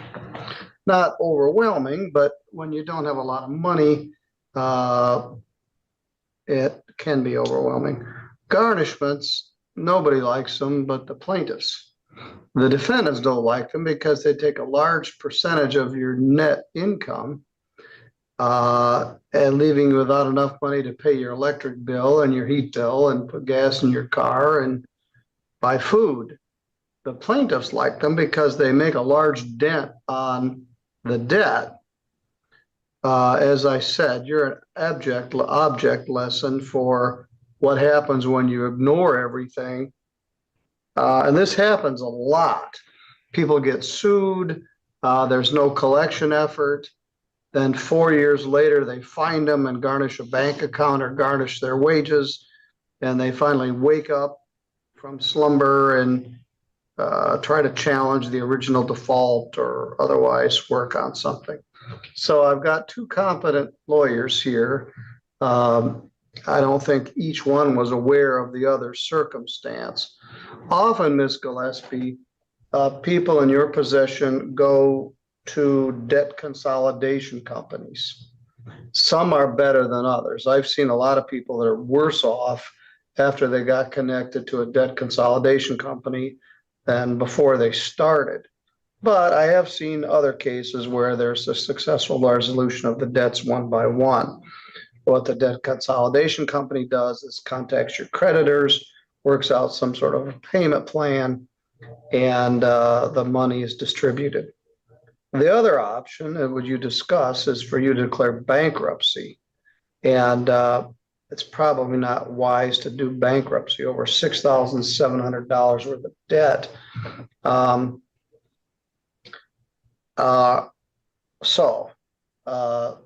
Lawyer McNeese and lawyer Survey shows essentially about half of each debt to each plaintiff or set of plaintiffs. And the total is $6,706.61. Ms. Gillespie, how much are they taking from your check each week? So right now, nothing, because the last one my employer had put on pause for this court hearing, but before that, they were taking 25% of my bring home. And that was for the one that I paid off.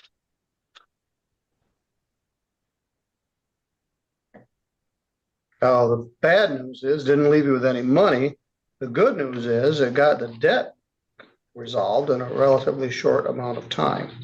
So how much was 25% of your net averaging? Okay, I have my check stubs. I think I've got it in one of the files. Sorry. Judge, it was about $230 average. About 230 per week. 240. Bi-weekly. Bi-weekly. Sorry, I had to look. Bi-weekly or weekly? Bi-weekly. Bi-weekly, yeah.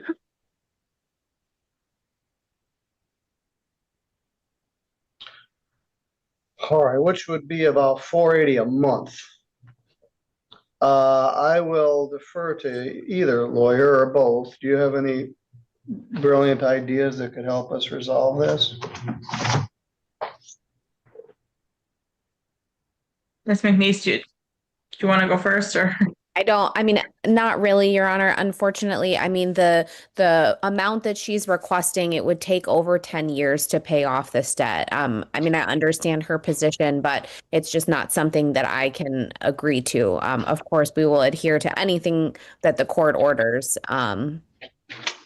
What I would like to see, or what I would ask for, would be $76 a month on the Jefferson Capital. That would take approximately 4 years for her to pay off, as opposed to the $30 a month she's requesting. But again, I understand and sympathize with her position, and of course, we will defer to the court's order on this.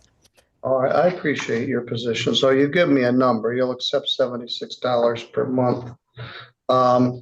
Ms. Survey, what can your client accept as a monthly payment? On both of them, my client would be looking for around $50 per month. Per file? Yes. Ms. Gillespie, Ms. McNeese made a good point. Often people ask for a repayment agreement at a very low monthly rate. Some of these, the payment wouldn't even cover the interest on the debt. I'm not sure if these are accruing interest or not, but they're not going to wait 10 years to recover on this debt. So right now, your current garnishment is about $480 a month.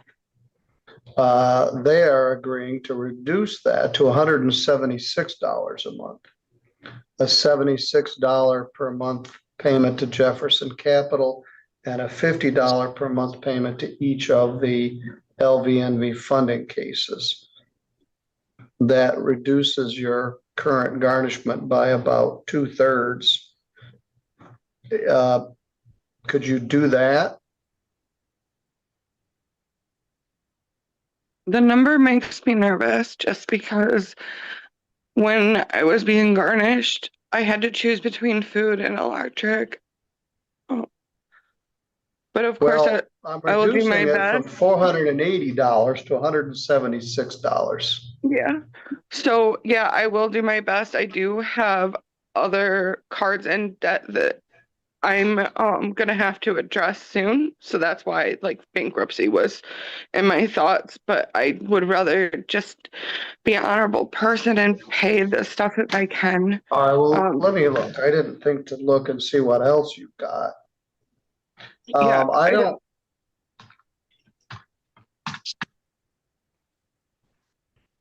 You don't have anything in our court other than these 4 cases. Yeah, I don't think they've hit court yet. All right, well, I would suggest when you get served with a lawsuit, you don't just ignore it. A default will enter, and then eventually burying your head in the sand doesn't solve the problem. But for now, we're dealing with the 4 cases that are before us.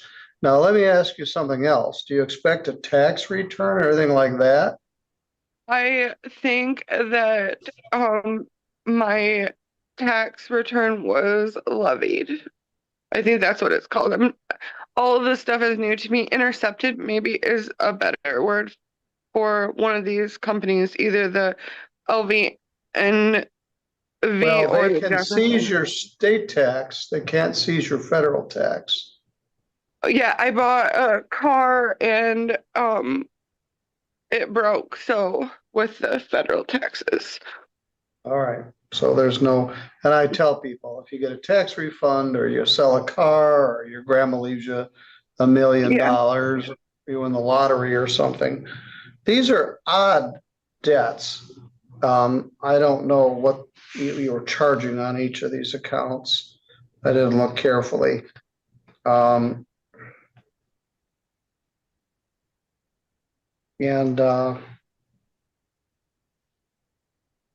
You asked me to stay all the garnishments and set up payment plans. So that's what we're trying to do.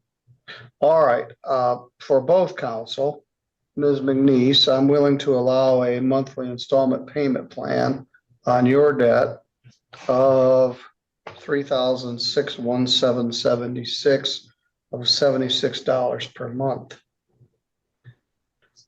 Ms. Survey, I'm willing to allow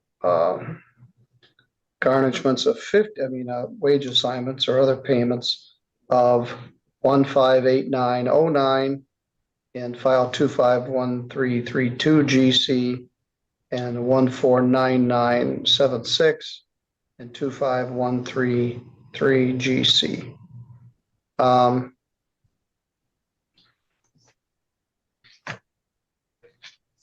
Put that note.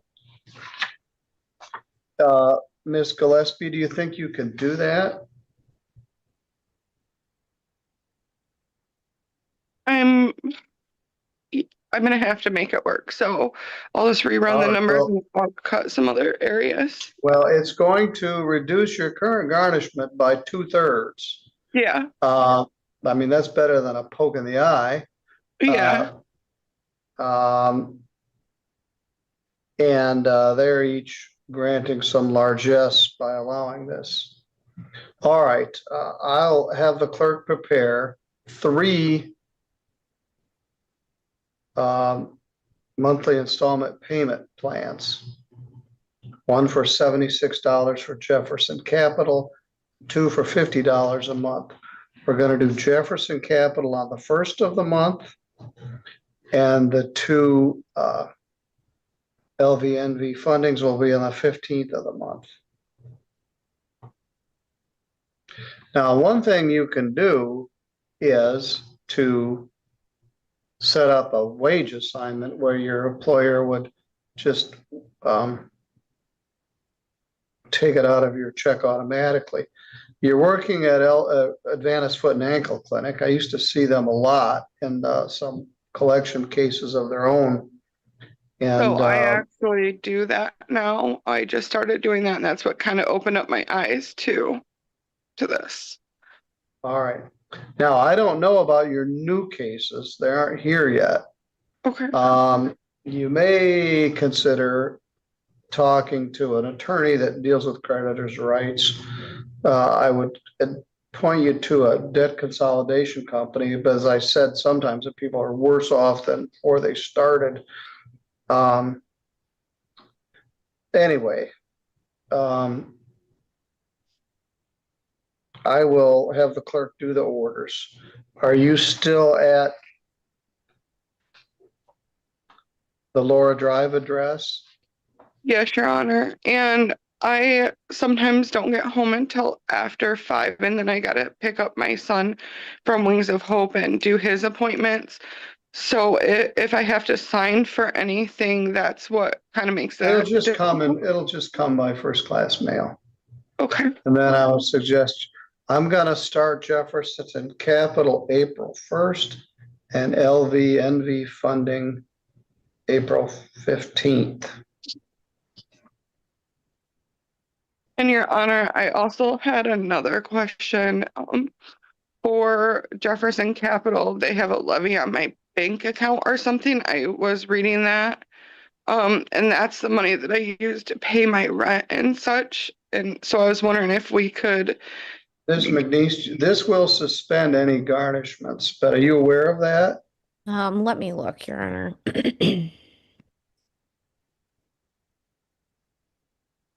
I just see a tax garnishment and a wage garnishment filed. I do not see a bank garnishment filed. All right, they aren't gonna freeze your bank account. They can still garnish your state taxes. This will stay any wage garnishment or any bank garnishment. But it will not stay a garnishment of your state income tax. Okay. So, counsel, in the old days, we would have had to have somebody come all the way out here to Centerville, not that it isn't a good place to visit. Or you would have had to hire local counsel to do this. This involves real people and real existence. So I set this thing as soon as I could fit it in. I appreciate both of you being here on behalf of your clients and agreeing to a reasonable solution to this. Now, Ms. Gillespie, this is going to be hard for you, but it'll be way less harder than a garnishment. sure. All right. It'll be $176 per month, $76 on the first of the month, and $100 on the 15th of the month. Your Honor, I had a couple questions. If Jefferson Capital does get the state taxes, which I think there was like $3,500, would they inform me that way? I'm not just giving them $100 or $77. You expect a $3,500 refund from the state? Yes. Oh, well, that will certainly go a long way to. Do you know, Ms. Survey, whether there's a state garnishment on either of your cases? Yes, Judge, on 25-1332 GC, there is an income tax garn for the state. Well, they may split that, but the good news of that is it'll make a big dent in these. But no, they're still entitled to do it. I don't. And I'm fine with that. I was just wondering like how I would know like how much I great owed. news because it could cut your payment time almost in half. Let's say they split that between the two defendants. You owe $36.17 to Jefferson Capital. If we apply $1,700 to that, it would reduce it to about $2,200. $1,900. And LV, if we apply, could reduce it by half. So I can't predict how that's going to play out, but I think that's probably going to be split between the two, unless the first in time to file gets all of it. In either way, it's going to be applied to your total debt. Now, all right. Anything else from anybody else to put on the record here? Just to clarify, Your Honor, you will be doing the order. I will be doing all the orders. Great, then no further questions. All right, I won't be. My able assistant, Michelle, will be doing them, but they'll be done well. All right, thank you. Thank you, Judge. Quick question on the 225-493 on the objection to garnishment hearing. Like I said, there is still a balance of $74.59. If we are waiting for one final payment from her employer, we'll obviously apply that and file the satisfaction of judgment. But as far as the objection, is that denied for today? Correct. Okay. Does plaintiff need to submit that order, or is that going to be prepared by the court Yes, as why well? don't you? No, I've got an order for that too. Okay, thank you. I'll do that one. All right, thank you. All right, thank you all. Thanks, Judge. Thank you.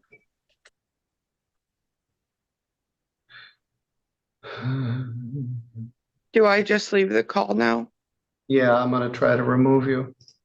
Okay, thank you, Your Honor. All right, real people and real problems. Maybe we found a solution. I hope so. All right, that finishes our day.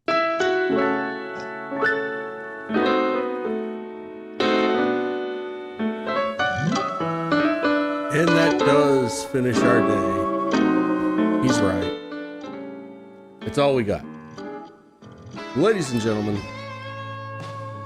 I do want to thank you again for hanging out. This was a rough one. I had to start it more than once, but hey, we made it through in the end, and hey, I thought it was a great set of cases. That first case we watched, we will be back on March 19th to check that out, to see if it gets as crazy as it got today with some of those accusations flying about everybody sleeping with the tenant and some of the,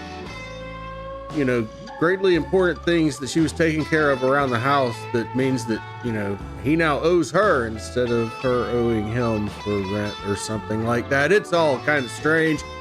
But man, oh man, that kid that's serving 10 days with Judge's dad, he kind of had it coming, didn't he? I think he did. Judge Middleton had quite a day, though. A lot of criers in court. But, I love me some Judge Middleton, and far be it for me to mention this might be this will be the last year we actually get to see Judge Middleton, but who knows who may be possibly sitting in that seat and might be streaming from it next year. More to come, ladies and gentlemen. We're only halfway through the week, and I assure you there will be more court tomorrow. We'll be back. Same Wolf time, same Wolf channel. Around 8 p.m. Central Time, 9 p.m. Eastern. Kind of like we always do. Come on by, check us out, hang out. And if you want a little bit more court, I do have a redirect going over to Hutch's channel. He's got an interesting case playing as we speak. So, as the music plays out and we say our goodbyes and do our farewells and our call outs to Ferris Bueller Day Off, make sure you tell Hutch I said hi. Thank you very much. I am your Lone Wolf Oosel, and ladies and gentlemen, thank you very much for hanging out with me. I am out.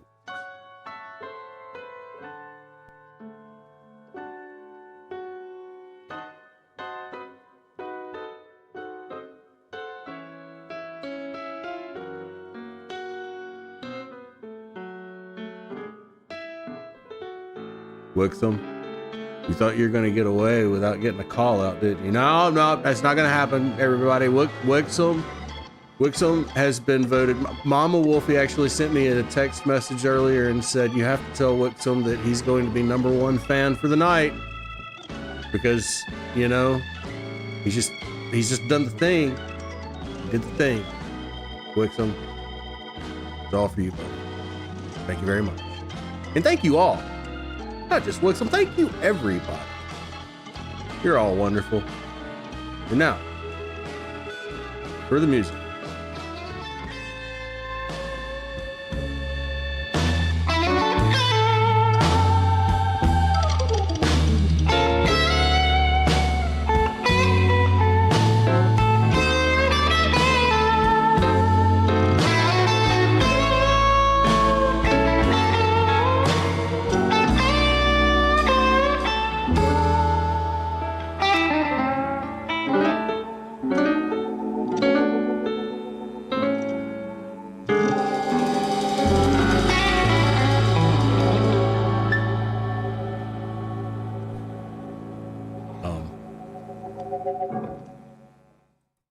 I turned the microphone a little early because I just want to say we got nothing left. Get out of here.